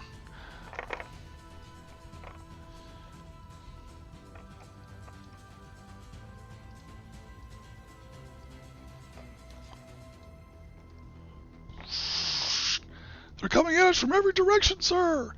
Okay, 4 more missiles just launched. Okay, now you need 5s and 6s. 5s and 6s. Alright. Come on, Chosen. Roll 1 5 for USS Chosen. 8. Okay, that shot down, no problem. Now you need 2 6s for McCain and McCampbell. 6 and 2. Okay, so that one missile got through. That means out of those 4, 2 got through. Okay, again, I need 9s. 9 and 1. 1 missile has hit. Alright, cool. And he's 1 missile has hit Mr. Chosen. Those are big missiles too. It's a +3 on a YJ-18 as a surface-to-surface, or air, in this case, air-to-surface missile. The damage rating on the Chosen is a 7+.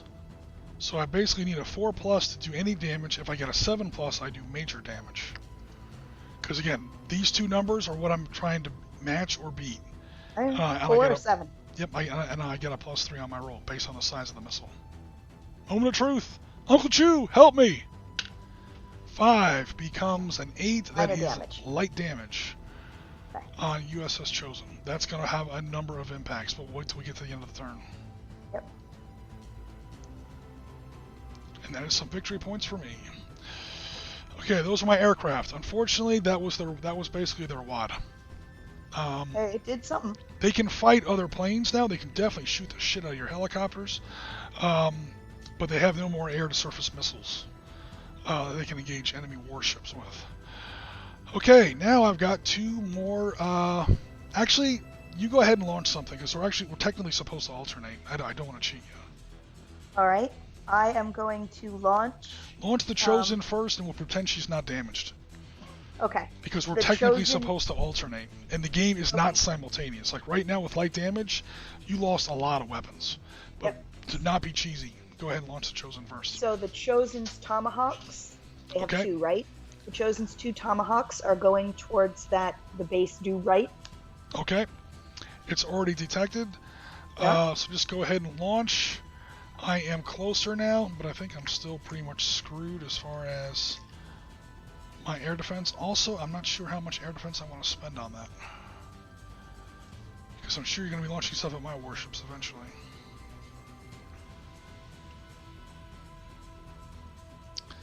I should be within 30 now, right? Please tell me. That's really going to help. Ooh, actually, no, I'm not.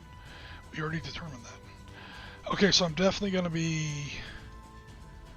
Sorry. We're definitely going to be at long range between 30 and 100. Okay, that cuts me down quite a bit. +2. I need a 9. Plus, I have my air defense radar turned on right now. I need a 6. So 3 for my air defense radar. 2 for the HQ9 SAMs. That becomes a total of 5. That 2, that +3 becomes a 5. I need an 11, so I need a 6 up. So I'm just going to go ahead and roll for all 4 of those ships. They're just launching a bunch of HQ9s. Surface-to-air missiles. And that is hit. Yep, All right, they're they shot both down on. those 2. And that is Now, does that count as one of your air defense? Hell yeah. Okay. You have used up 3 air defenses down here. I have now used up 1. So now the Chosen would like to launch, since she's done she can only do 2 ground. So then she has some harpoons, yeah? Oh yeah, definitely. Then she's gonna launch some harpoons at I have 3 frigates and 1 destroyer. your destroyer. Cool. Okay, we're gonna use we're gonna use all of our air defense. All of our air defense here. So, but now we're gonna be at close range. Air defense of 3, close in of 7. So, and your defense is 11. I need a 4 up. 4 chances How out of many harpoons can I launch? 2. Oof. See, this is a pain that I can't concentrate multiple missiles at once. You kind of do because it adds up. So, hit. They're both shot down. Right. Well, that was nothing. You got more ships. And that was my second air defense roll. Ooh! I needed 4 ups. Yeah, okay, never mind. I needed 5 ups. You got 10s, so you're fine. Alright. So that was 1 ship. Now you've got another ship. Because I basically have made I've already made 3 attacks. Oh, okay. So go ahead and roll your next ship. Same thing. 2 Tomahawks at that base. Okay. I need 7 ups now.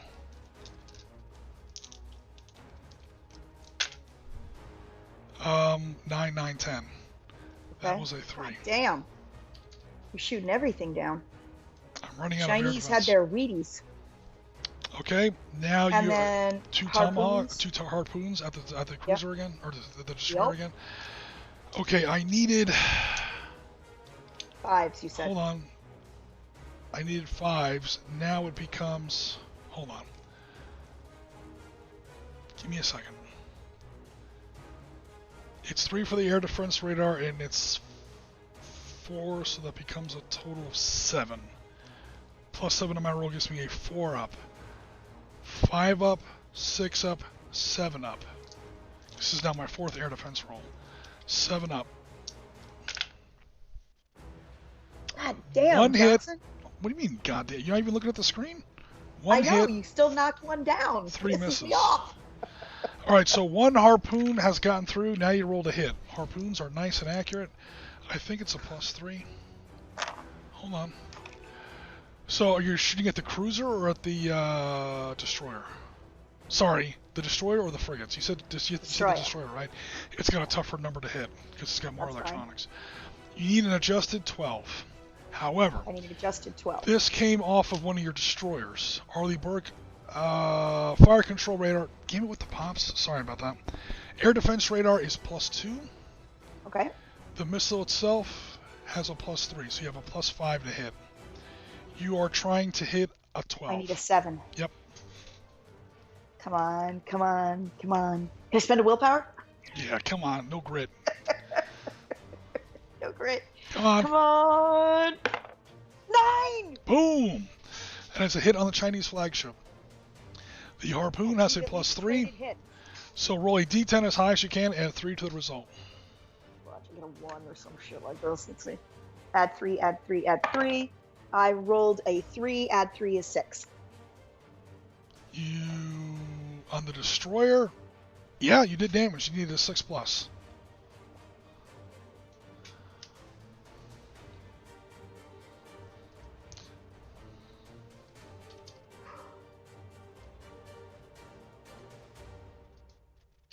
And does my other guy go? Now it's my turn. Now it's my turn. Because now we've each done 3 attacks. So now Did all 3 of my ships fire? I start, then you, hold on, 1, 2, 3, 4, 5. I apologize. Yeah, you fire your 3rd ship. Okay. Well, we're going to do the same thing. Ground and harpoon. Alrighty, here we go. Give me a second. I have to keep track of a lot of numbers here. Okay. I needed a... It was a 7. 2 plus... I'm going to start over. Right. I need a air defense radar, which is active of 2. Out to this range, we're definitely looking at 2. It's 4. I need an 11. So it was a 7. 8, 9, 10. Yeah, basically I need 10s at this point.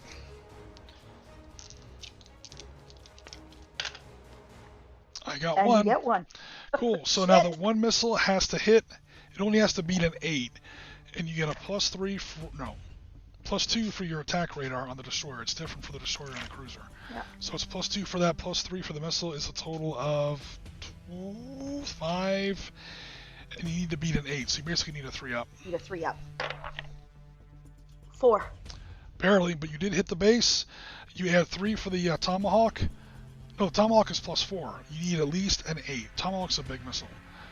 So you need a natural 4, which would become an 8 to destroy the base. 7. Boom, he smoked. Okay.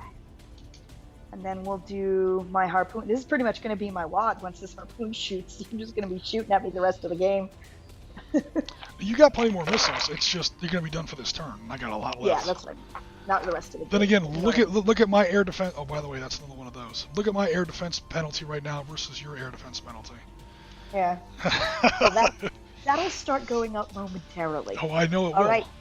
Here's the good news, though. You knocked out that base before I had a chance to shoot this turn. Again, combat is not simultaneous. So that's 2 less missiles coming at you this turn. I want to sink that destroyer. I want to go for it again. Bring it. Shooting at the ships is much harder than shooting at the land bases, though. So I know. Cool. I know. So your last 2 for this turn, your last 2 harpoons, hiss off the rails. USS McCampbell. They go to engage. I have air defense radar of, hold on, that was +3. I gotta do this right because this is important. And +2. plus, let me look at my numbers here. I keep calling it a cruiser. Ironically, the U.S. Navy does consider a Type Not 55 a cruiser, but it's really a destroyer. Air defense radar of 3. I just did that.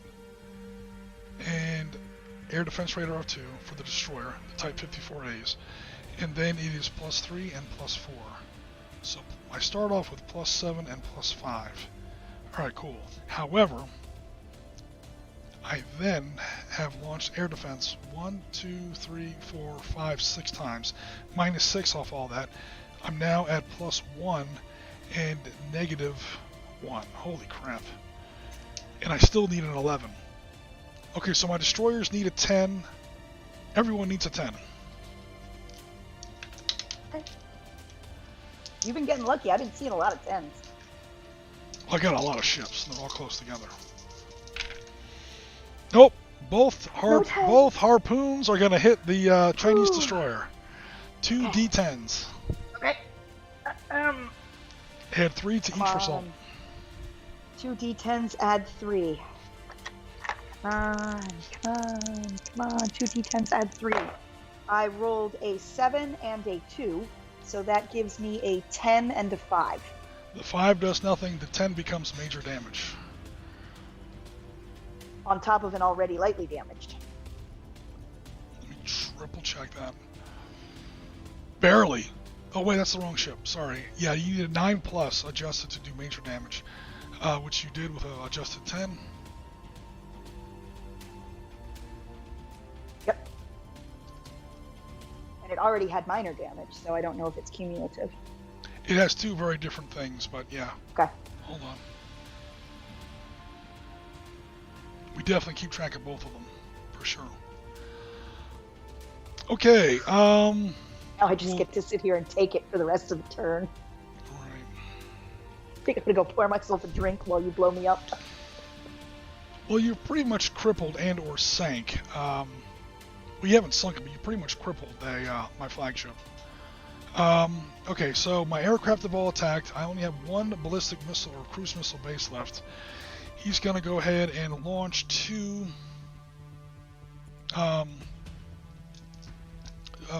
YJ-16s. Okay, so I have to hit on... God, that really sucks. You know what I didn't do? I didn't give those bases air defense or radar numbers, but that's okay. I just screwed that up in the scenario design. So with the bonus of the missile, which is plus 3, I need a 12. I need a 9 or better if I want 2 missiles. First of all, 2 missiles are coming at you. Are you going to try and shoot them down? Yes, I am. Go for it. Because those are pretty big ones from the base. Yep. So, forgive me, I don't remember what I had to use shoot. That's okay. I have written down here. You've now used up 3. Yep. Okay. Your 2 destroyers need a 7. Let's roll 7s. Come on. 6 and 7. So only one of them. 1 missile shot down. We sort of do have to figure out now what's going on with the light damage on the Chosen, because it may affect your air defense capability. That's fair.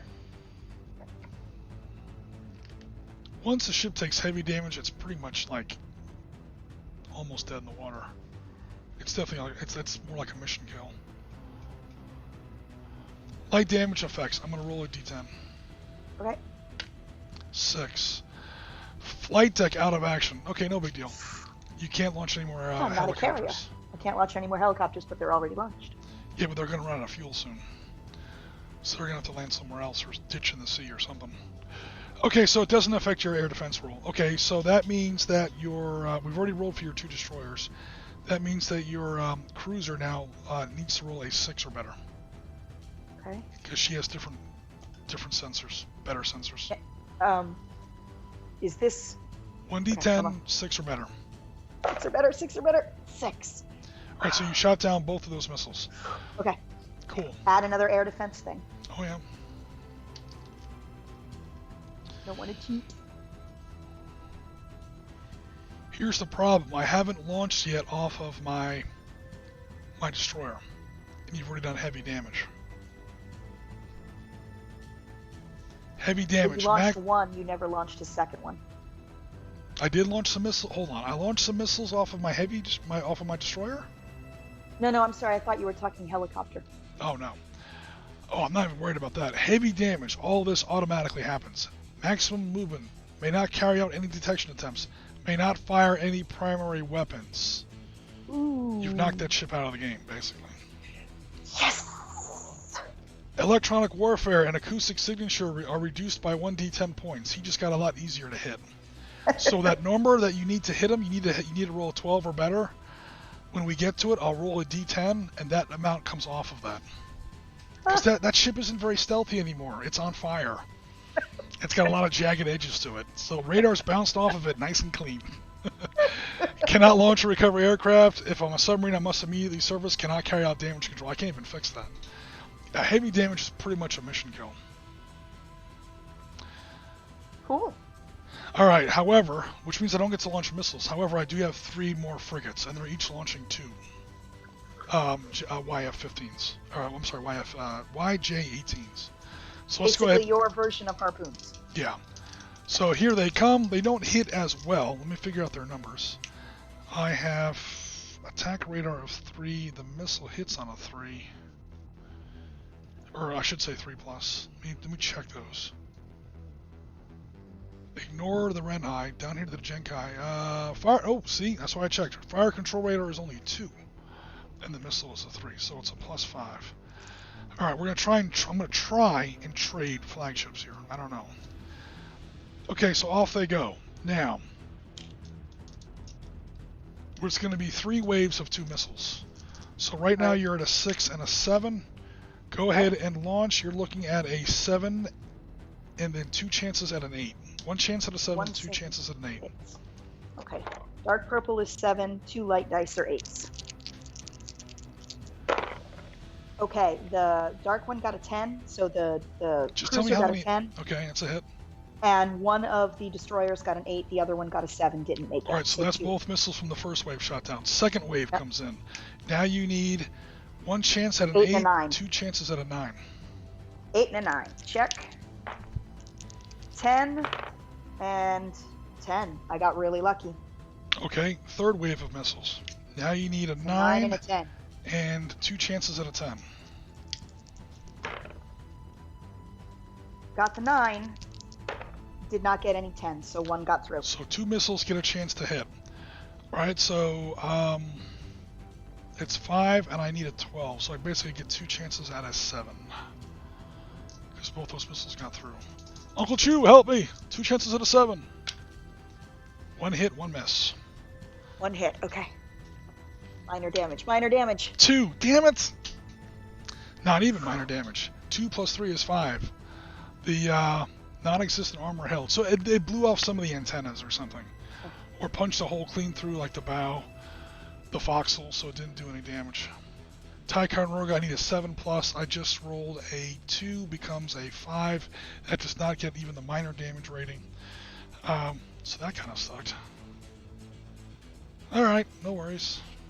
I threw my whole load, and yeah, I'm in trouble now. I think I've definitely lost this game. Give me 3 more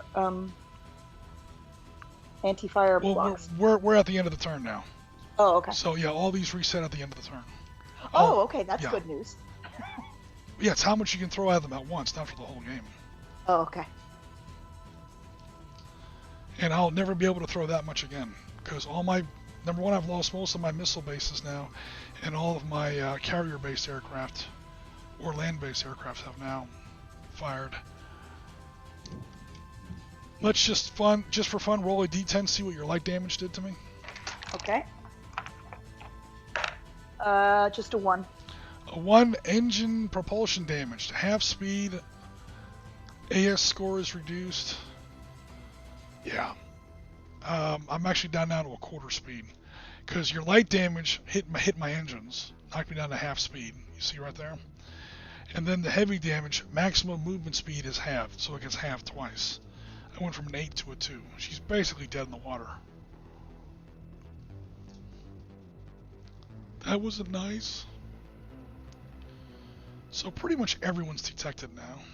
Yeah. Uncle Chew is looking very disappointed at me. You want to know what's funny? What? That cruiser, that destroyer was not detected. Oh no! That's cool. If you want, we can put it on one of my... You can just say you did that to one of the ships that was detected. Yeah, because none of those hits would have counted, right? Because it would have been a much different number. It's illegal to shoot at a ship that is not detected at all. Oh, okay. Well, both of us missed it, so I don't feel too bad. No. I'm just saying, let's move those over to that frigate. Okay. And now we're legal. So these two ships have detection markers on them. These two were detected. These two, at the moment, were not. Okay, so you didn't lose your flagship.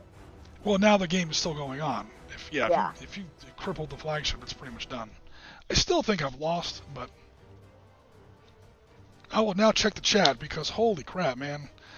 Oh yeah, damage control. You're right. Vorpal Bite, we do have to roll damage control. It doesn't matter for my ship because my ship's pretty much tanked. But you have to roll damage control. So. All right. Oh god, do I have that rule here on my little cheat sheet? I may have to look that up. Okay, give me a second. It's really simple. You have to make a roll, and it's pretty easy. You can kind of get rid of it. But only light damage. Crew? Oh my god, don't even go there. You cannot, okay, resolving damage, light damage, heavy damage, damage control. When a ship sustains light damage, the crew can attempt to carry out immediate repairs, firefighting. One damage control, roll 1d10 and try to get a 7 or more. Come on, go! 7. Oh, you are no longer lightly damaged. They put the fire out and restored your flight deck. I think. Just as long as I'm not still burning.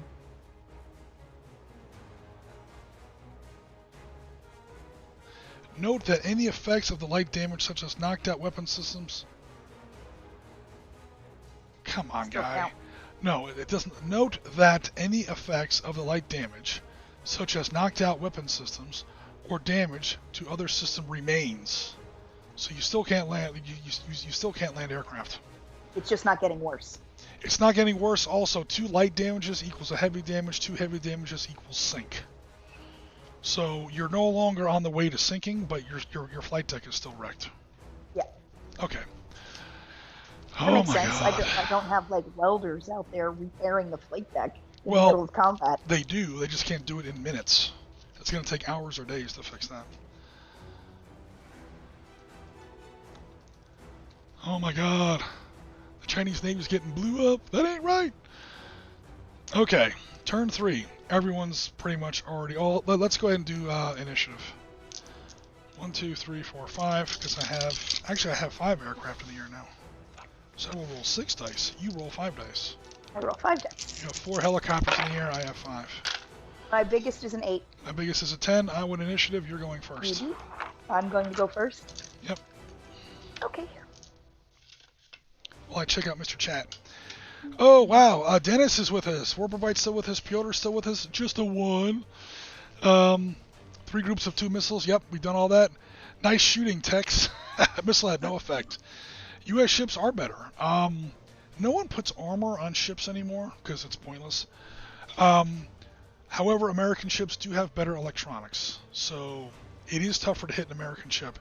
And it's a little counterintuitive when you think about it. But bigger ships are harder to hit than smaller ships.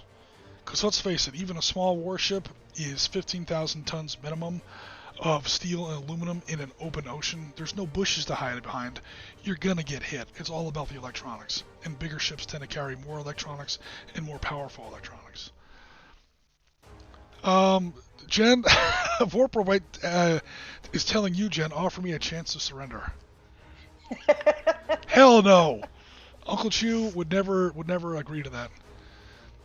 Besides, if I surrender now, I will not get Chinese food for dinner later tonight.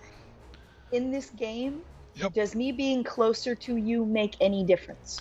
Like, is there a benefit to me right now that we're all... Well, me getting closer to you is going to make it easier to detect your last 2 ships. That I know.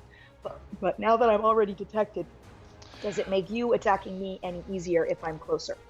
Not really. If we get really close, within 12 miles, within 12 inches, we can bring 5-inch guns to bear on each other. But that's kind of dumb. Torpedoes become available. Yeah, okay. But again, it's really tough. Oh, it's really tough to justify. I'm going to keep things simple. I'm going forward 8.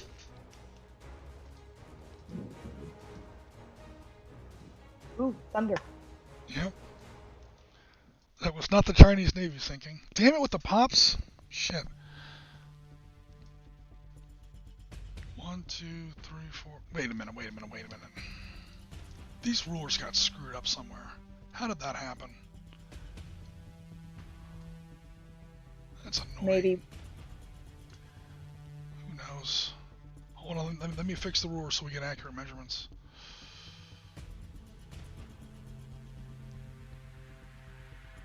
Oh yeah, that other one to the left is too small. Okay, there we go.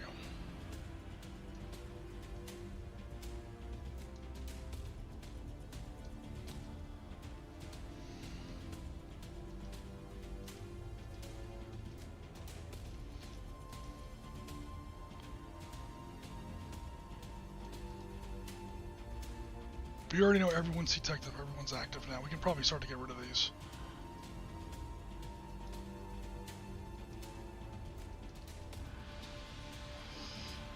Okay, well not these two. These two are the only ones that are not detected, but I'm sure that's about to change. Yeah, because now I'm within 30.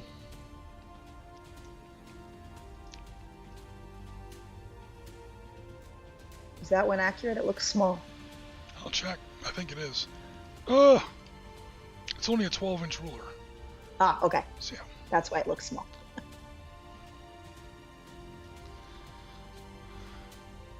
It's only 12 inches, that's why it looks small. You have high standards. Now you see what I put up with here, everybody. You see what I'm dealing with. You're turning hard to port. Or actually, that's hard to starboard. Run away! 1, 2, because my ship is all busted.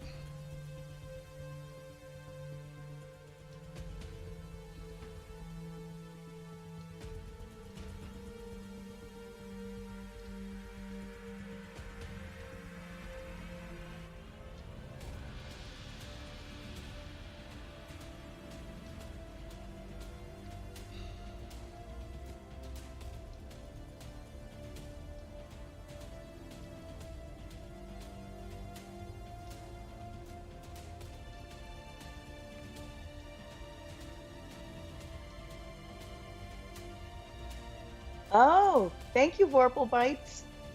My aircraft. Oh, that's right. At the end of the turn, you're correct. Thank you, Vorpal Bite. That's twice you saved us on rules mistakes. Thank you, Vorpal Bites.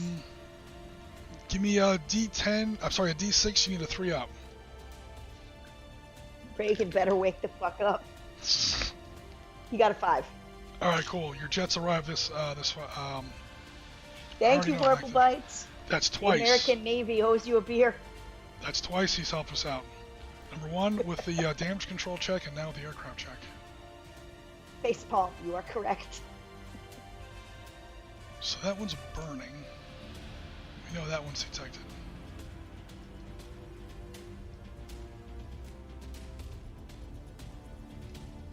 Alright, cool. Map is updated.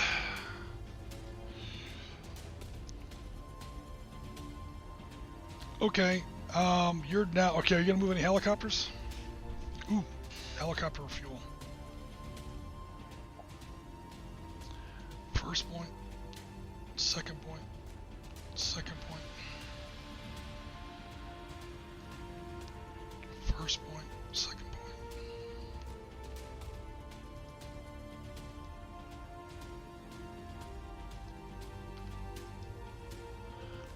Okay, I want those guys to move ever so little bit closer so I can detect the next 2 transports. Once you're within 30 inches, it's just how many they can detect a turn.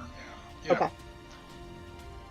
And then it looks like since you turned into them, my other 2 helicopters can now detect those 2 undetected capital ships.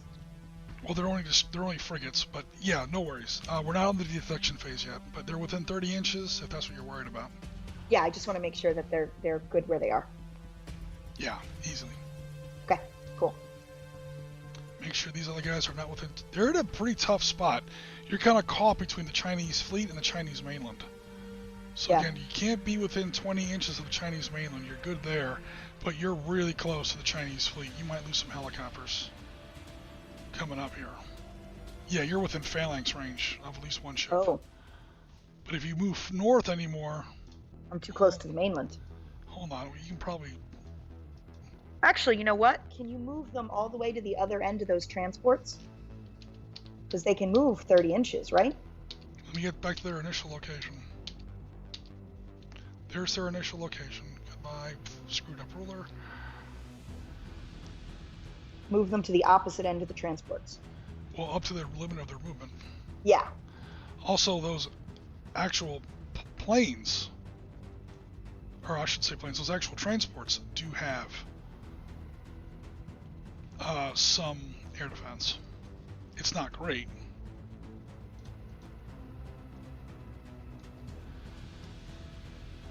Alright, cool. Alright, we're done with movement. Now, I see a flag on the way north part of the Taiwan island. Yep. Is that a base I need to hit? That is technically the port my transports are trying to get to. Okay. The game will not last long enough for me to get all the way there, but that's where they're trying to get to. Okay, so there's one more land base for me to destroy. Yep. Okay. Now, there's no point in blowing up the air bases, because the jets have already launched. Planes have already launched, yeah. However, you do get points for destroying them if you want. Victory points for destroying Chinese air bases. Because again, this is part of a larger war. This is going on all over the place. I just want to make sure there's not something I'm missing, you know. Not that can shoot at you on the ground, just that last air base there, or missile base in the center. Yep. That one right there. Okay. Okay, detection phase. I'm pretty sure we can more or less wrap this up. Everyone's now detected. Yeah. With the possible exception of one of these. Transports.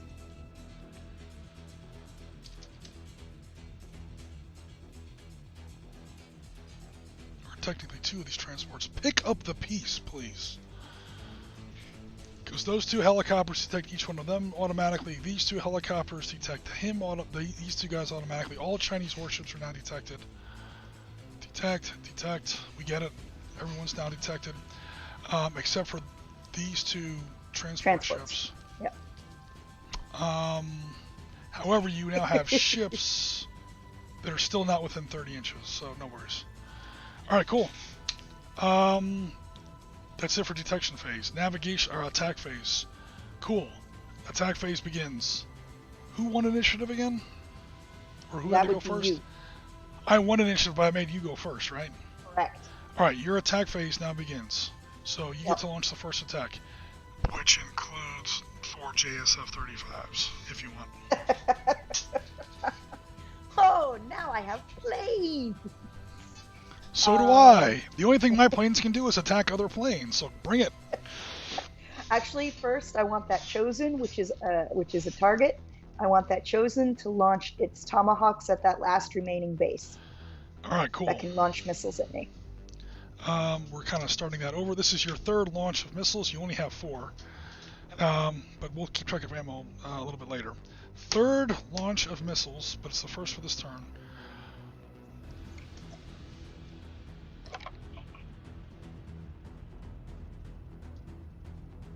Let me draw a line of a flight path for the missiles so I can establish range to said flight path. Alright, so it's going to be 2 at medium range, 3 at medium range. That's within 30. All of them are going to be within medium range. Confirmed. Okay, cool. All 4 ships at medium range. I'm going to try and shoot down those Tomahawks. Air search radar is on. Let me get a little pen here. So China. Air search radar is on. Oh, wait. My stupid... one of my frigates is all screwed up. Yes. Okay, You so only have 3 ships. all right.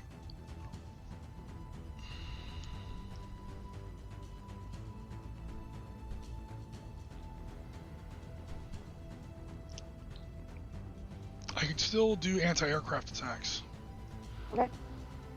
But offensively, the other guy can't fight. Never mind. All defensive weapons other than AA guns are out of action. Never mind. You're right. I only have 3. Okay, so my 2 remaining frigates have +2, and at this range, 3, so that's going to be 5.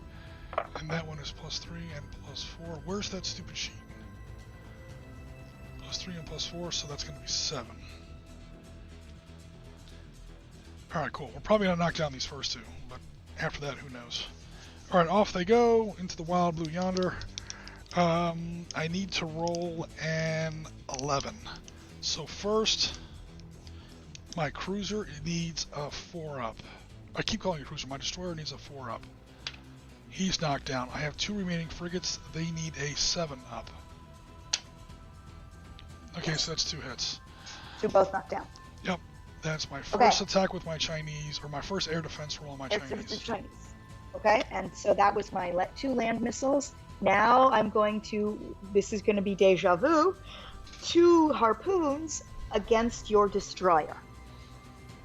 That is now detected. That is now detected. Now legal. And it is now legal to shoot at.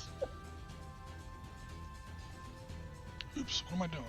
Alright, this is going to be my second air attack phase. So now it goes to +4. No, it's what I needed an 11. So I needed a 6+. And over here, I needed an 11. I needed a 4+. That now goes up to a 7 and a 5. Alright, cool. So I get 1 chance at a 5-up. Got it. 2 chances at a 7-up. They both missed. Yes. So 1 harpoon could hit the destroyer. You need to roll an adjusted 12. This is off your destroyer, right? No, I'm sorry, off your cruiser. My cruiser. It has different numbers. Same missiles, but different radar guiding the missiles. So it is Ticonderoga. You have a fire control radar +2, missile +3. Means you need a total of 5. You need 11. I need a 12. +5. You need a 7-up. 7-up. 7-up. 7, 7, 9. Boom! That's a hit. Roll a D10 and 3 to the result. Damage of the harpoon is +3. Rolled a 6. 6 becomes a 9. That is just enough to score major damage on my destroyer. Barely. That's not nice. Well, my other guy has already had some damage, so he's going to get hit again, I know. I'm getting the shit kicked out of me, I just realized. I haven't really scored a single permanent hit yet. That rocks. Okay, that was my first fire. You go. Okay.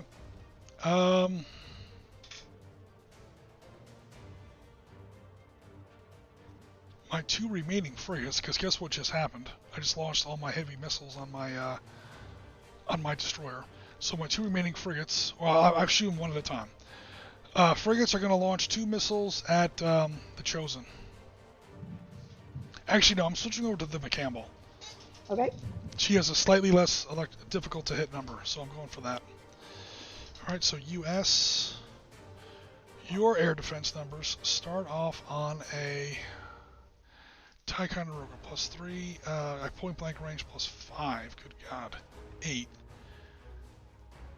11, 3+, and your destroyers need a 3 + 4, 7+, a 4+.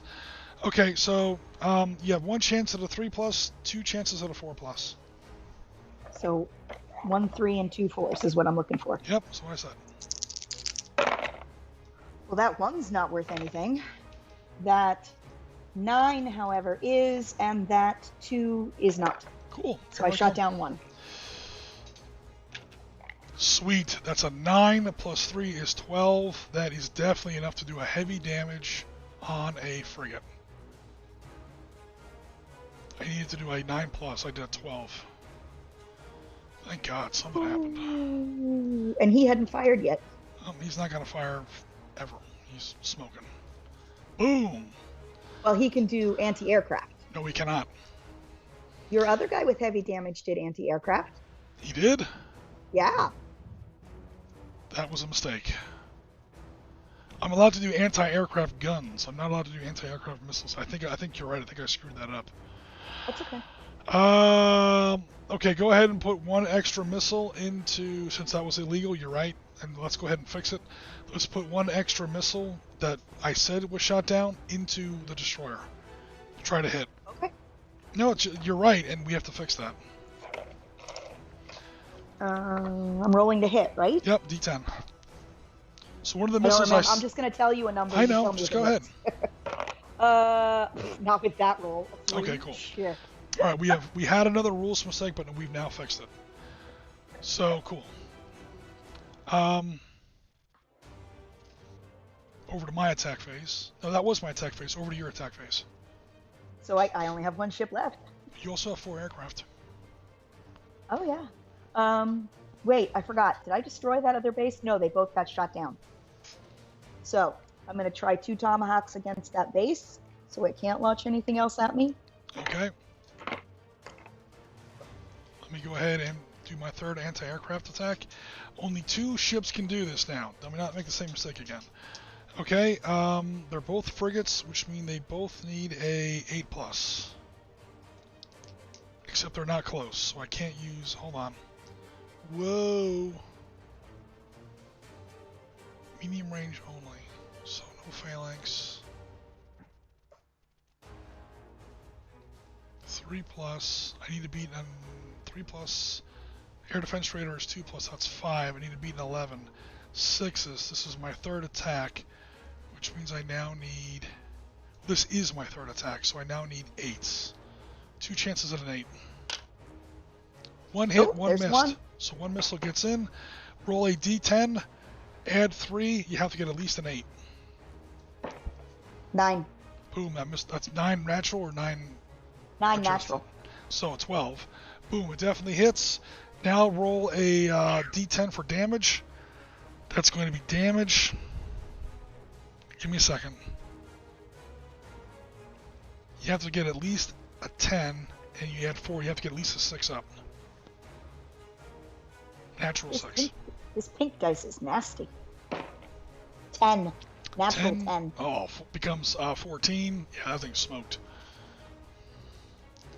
Smoked. This pink dice does not like land bases. Just left my eye. Alright, cool. So cool. That was my 3rd attack. Alright, cool. Over to the rest of that. This is McCain, right? This is your other frigate? McCain can't do anything. No, McCampbell's the one that's been hit. Oh, McCampbell. So my McCain, yes, is doing his harpoon Okay. at... Let's see, I've got 2 major damages, right? Yep. Now, is it worth anything to hit another major damage ship, or is the major damage ship pretty much You get more combat points if you ineffective? sink them. If he's only heavy damage, he'll be repaired eventually. Okay. But it would be better to shoot at a still active ship. It's up to you. Combat ineffective. It's up to you. I'm going to make another active ship combat ineffective.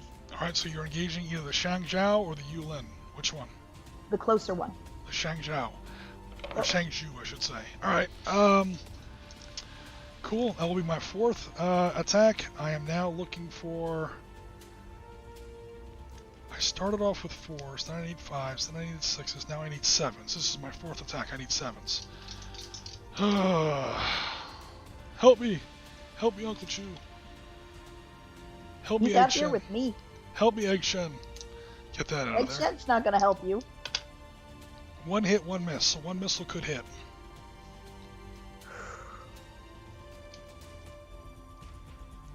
Okay, go ahead and roll. You need a... This is off a frigate, not the destroyer. So you need a... this is off a destroyer, not the cruiser. So you need a 1, 2, 1, 2, 3, 5 becomes 11. You need a 6 up to hit. I rolled an 8. Okay, now roll. That this pink dice is hits. deadly.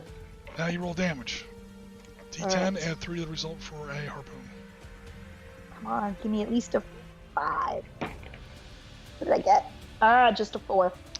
4 becomes a 7. I think it's minor damage. Yep.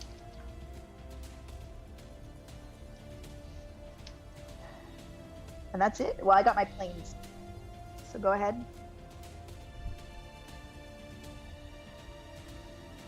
Alright, so you attacked 3 times. I should have attacked twice. No, I only attacked twice. My other ship didn't attack. Okay, so now it's my second attack. It's your Cool. second attack. I'm going to put my other cruiser missiles, or my other frigate's missiles into the camo. I'm going to try and sink at least one ship. Come on and do it, please! Okay, so this is going to be your second air attack, your air defense attack. Yep. And the one that's heavily damaged does not get air defense. True. He can't defend himself. He's completely dependent on the 2 escort ships. Yep, which is why I kept them together. Sweet. So now you need, then you needed a 5 up. This is your second. Now you need a 6 up. 2 chances at a 6 up. 2 chances at a 6. Come on! A 3 and a 6. So 1 got through. Cool. That's Purple 7. dice are Oh, being retired. sorry about that. 7, that is a hit. And that is now going to do damage. D10 plus 3. 4 plus 3 is 7. Then it's a minor hit. So that becomes minor on a major.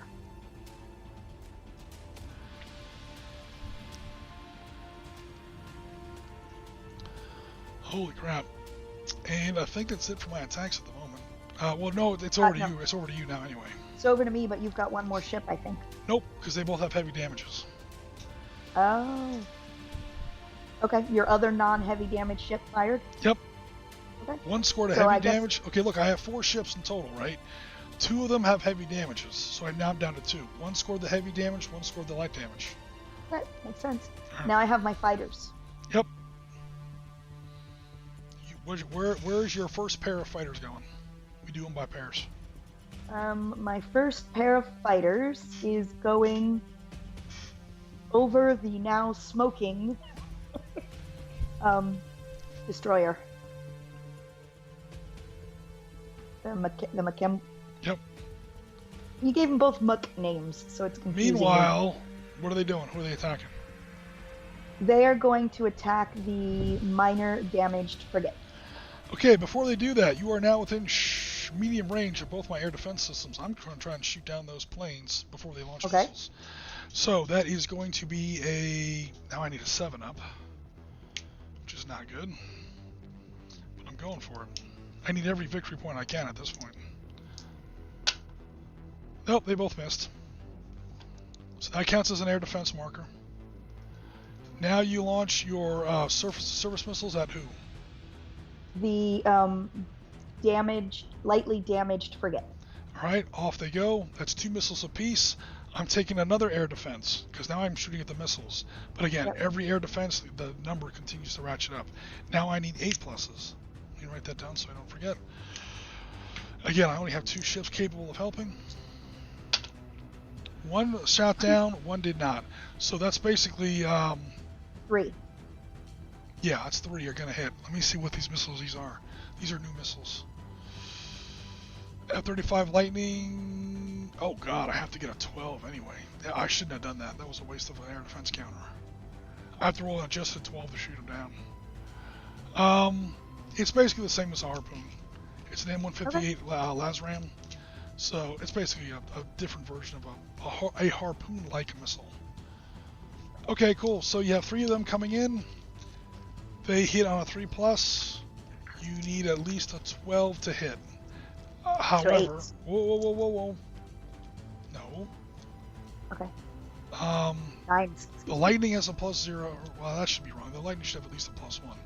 So it's +1 for the missile, +3 for the... Sorry. +1 for the plane, +3 for the missile. That's 8. No! 1 + 3 = 4. You need at least an 11. I thought you said a 12. It's 12 for the destroyer. It's 11 for the frigate. Okay. You need at least a 7+. 3 7. chances at a 7. 3 chances at 7. Come on, fighters. That 6 does not count, but those 2 7s do. Okay, roll 2d10s, add 3 to each result. Let's see, 6 plus 3 is 9. 6 plus 3 is 9. That's 2 heavy damages, I believe, on that ship. Yep, you just sank that frigate. Ooh, I'm sorry. That frigate is now sunk. I'm sorry. Uncle Chew is definitely not happy with me right now. Shit. Then again, Uncle Chew, don't start nothing, won't be nothing. Funny you should say that. Dogfight! Dogfight. Dogfight! Okay, now here's the bad news. Do you want to take air defense attacks against those incoming J-15s? Oh, yeah. Okay, now the J-15s, you need to roll a pretty good, decent number to actually hit them with. J-15s, you need to roll an 11, a modified 11. So... Oh boy. 9 ups? Because currently on this attack you get... Oh man. Hold on, the US... See, the problem is that you've got 2 different ships with 2 different numbers. Okay, let's do one at a time. 5 plus... No, not 5 plus. Plus 5 and plus 7. That's what you started at. You've now had only... You've only been attacked twice? Okay. Yeah. So it's plus Because remember, 3. each time I fire, I do land and sea. So you get 4 anti-missiles to my 2. Alright, so your frigate needs to roll an 8 plus. John McCain needs to roll an 8 plus. No, 6. Okay, Chosen needs to roll a 7. No, what did I say, an 8 plus? Has to roll a 6 plus. Yes, 9. Boom, that is 1 J-15 shot down.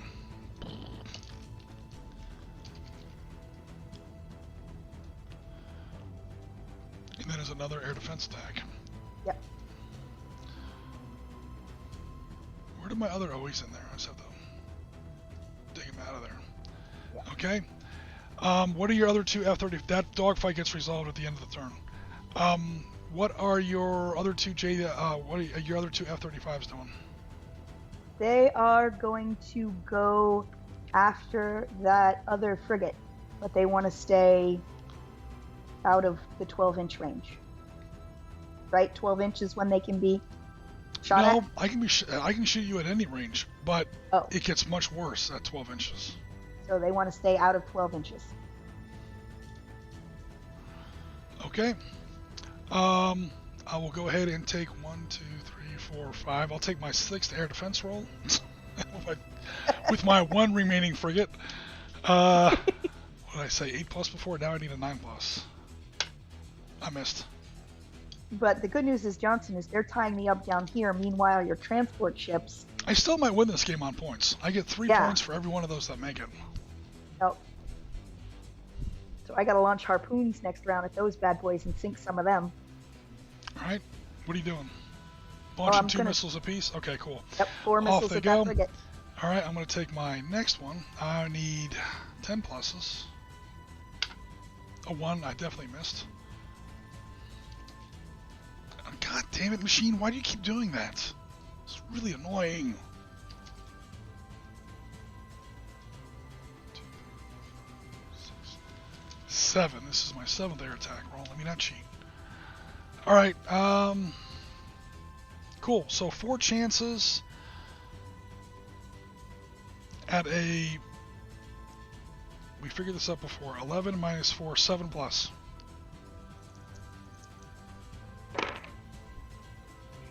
Two get through. Okay, roll 2 d10s, add 3 to each result. 4 and 9. Alright, I added 3. Yeah, 4 includes a 3. Sorry. I rolled a 1 and a 6. So my total is a 4 and a 9. I think a 9 is heavy damage.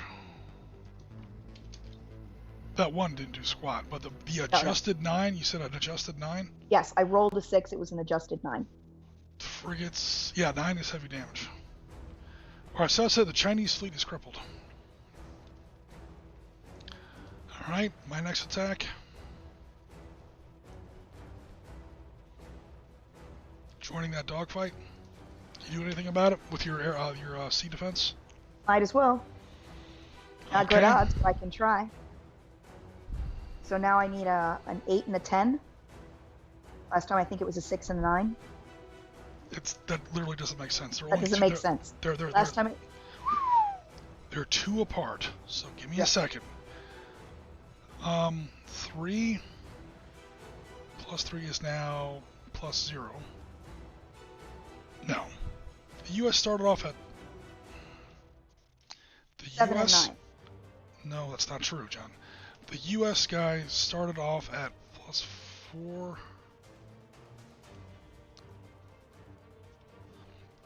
plus 5. Plus 7 plus 5. You've now used up 3, so that's now going to become plus 4 and plus 1. And no, plus 2, dummy. Alright, so your new bonuses are plus 4 for the cruiser, plus 2 for the destroyer. You need to roll an adjusted 11. So the cruiser needs a 7. Okay. Exactly a 7. Alright, that's 1 shot down. And the cruiser now needs a 9. For the destroyer. I'm sorry, yeah, the destroyer needs a 9 or better. And it did not. The destroyer just got a 7. Alright, so it's going to be 2 J-15s in that dogfight. Okay, you have nothing else to attack with. Nothing. So I'm going to just do my last attack, which was my last 2 J-15s. So we have 1 big dogfight. We have 4 J-15s versus 2 F-35s. Are you launching another air defense? Give it a try. So if that was a 7 and a 9, it's now an 8 and a 10. Yep, because you need an adjusted 11. Yep. Okay, the 8 missed, the 10 missed. Alright, cool. So nothing made it there that time. Alright, dogfights.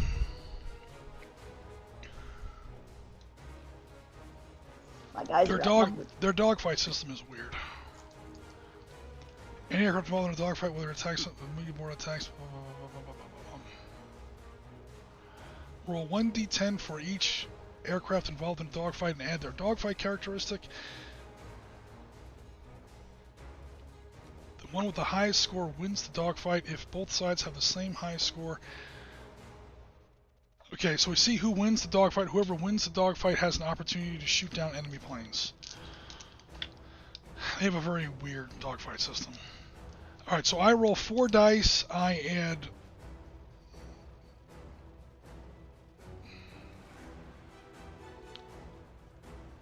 dogfight.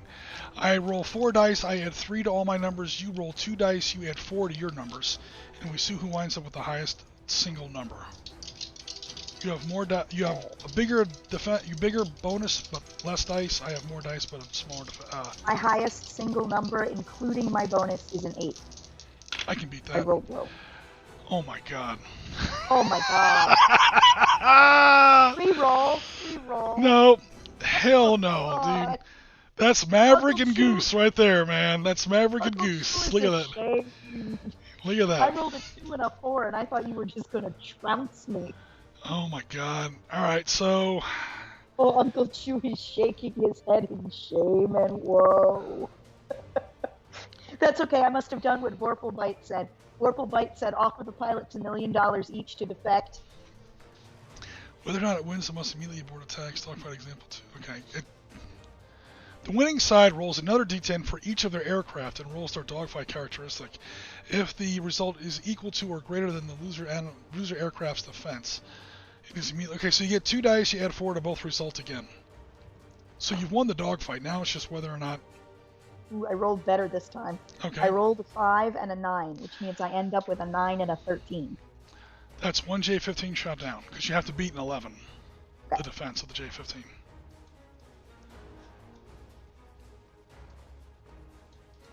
I'm just starting up like a little scrap yard of J-15s over here. Dude, I can't win for nothing, man. Look at this. I'm sorry. My Chinese fleet is terrible, man. Okay. I think that's it for the turn. Both our aircraft have now shown up, so everything's detected. Yeah, I think I'm going to go ahead and just call it. I mean, right now I technically still have 18 points in freighters, but... Yeah, it's not great. Oh, wait. these guys are going to try, or they're within 12 inches of your aircraft. I'm going to try and shoot down some of your helicopters. I got to do something, man. Yeah. So 2 of them get a +1. What's the defense on a Sikorsky SH-60?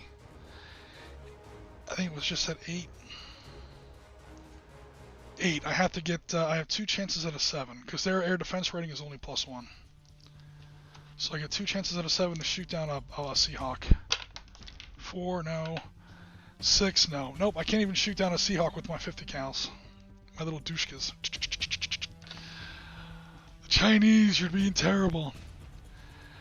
Alright guys, we've now been up for 2.5, or more than that. Holy crap, we've been up now for almost 3 hours. Well, Yeah. sorry, 20 minutes of that was my silly questions. That's literally going to be it, dude. I can't, there's no way I can fight back from this. This is a U.S. Navy victory, to be sure. I called it before. If I was ever going to do anything, it was going to be on turn 2. Turn 2 was my big Sunday punch.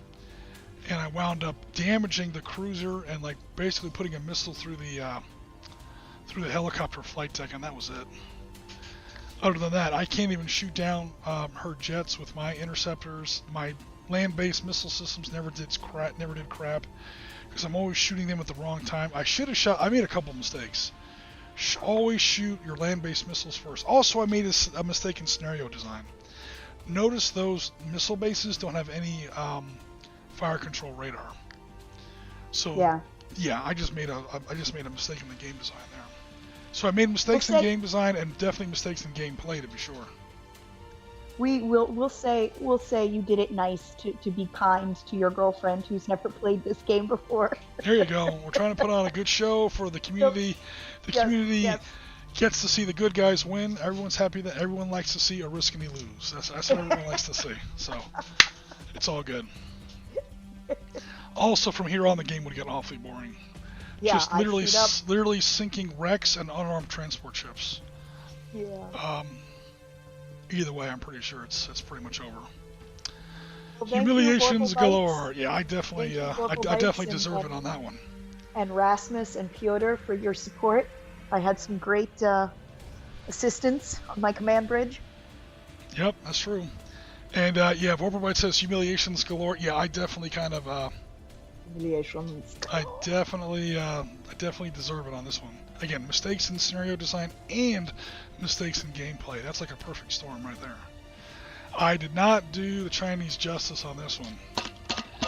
All right, guys, No, that's gonna wrap keep up. saying Uncle Chew Eggroll's gonna have a conversation with you first. So that's gonna wrap up our 2028 Red Dragon sort of postulations or predictions or whatever you want to call it. When you actually read like defense journals about the possibility of this happening, it's actually pretty bad for the Chinese. Stopping this kind of invasion would cost the Taiwanese a tremendous amount of collateral damage, lives, and treasure. The Taiwanese could not repel this kind of an assault by themselves, but with the U.S. Navy there, I mean, that's the blue chip. Whether or not the ground forces ever get into combat, the air forces, you can argue about that, but the Navy, there's just no way. The Chinese Navy has no cruisers, quite a few submarines. They could probably launch some cruise missiles into Taiwan if they wanted to do a lot of damage to Taiwan. But to invade another country across the ocean, this is what happens when you compare things like Operation Overlord, Normandy, and Operation Sea Lion, the Germans invading into the UK in the summer and fall of 1940. It's night and day. It has nothing to do with how big your army is. It's not even really to do with how big your navy is. It's who cares about your carriers? Who cares about your submarines, your cruisers, your destroyers? How many landing ships do you have? How many oilers do you have? How many cargo ships do you have? How many helicopter carriers do you have? It's all about logistics and strategic power projection across enemy-controlled waters. And that's where the Chinese really don't have anything. This is one reason why the Chinese. This is one reason why the Chinese get so uptight about Taiwan, because I mean, China's trying to be this big strategic player in the region, and yet they can't even neutralize this, middle finger in there. That's literally like an inch from their nose, in strategic terms. I mean, the fact that Taiwan exists is proof that China has no strategic power projection whatsoever. Their army and their military is incredibly powerful in China. So these border conflicts that we've been seeing with India, North Korea, if Russia and China ever go at it again, which trust me, they have in the past. Kazakhstan is no longer part of Russia, so there's a lot of oil back here. Any of the actual border regions, I'm not saying China's not dangerous, but once you step outside of Chinese borders, their ability to project power across enemy waters or into enemy airspace drops significantly, basically to zero. All that said, they are working very, very hard to correct that. Again, with these new carriers they're building, more submarines that can launch cruise missiles at longer range, they are working on it. They realize they have a deficiency, and they are definitely spending some hell of national treasure to address this weakness. Are they the ones who are trying to build their own islands too? Yes, because what happens when you can't build navies? If you can't build a big enough navy, just build an island, and now that's sovereign territory. That's kind of why they're doing that. So if we were going to forward wind this to like Red Dragon 2058, 2078, give them 50 years to build a decent navy. It takes about that long to build a real navy. A navy is not something you build over a weekend. At least not a strategic global navy. You can build a Coast Guard, in a couple of years, so you throw a couple $1 trillion at it.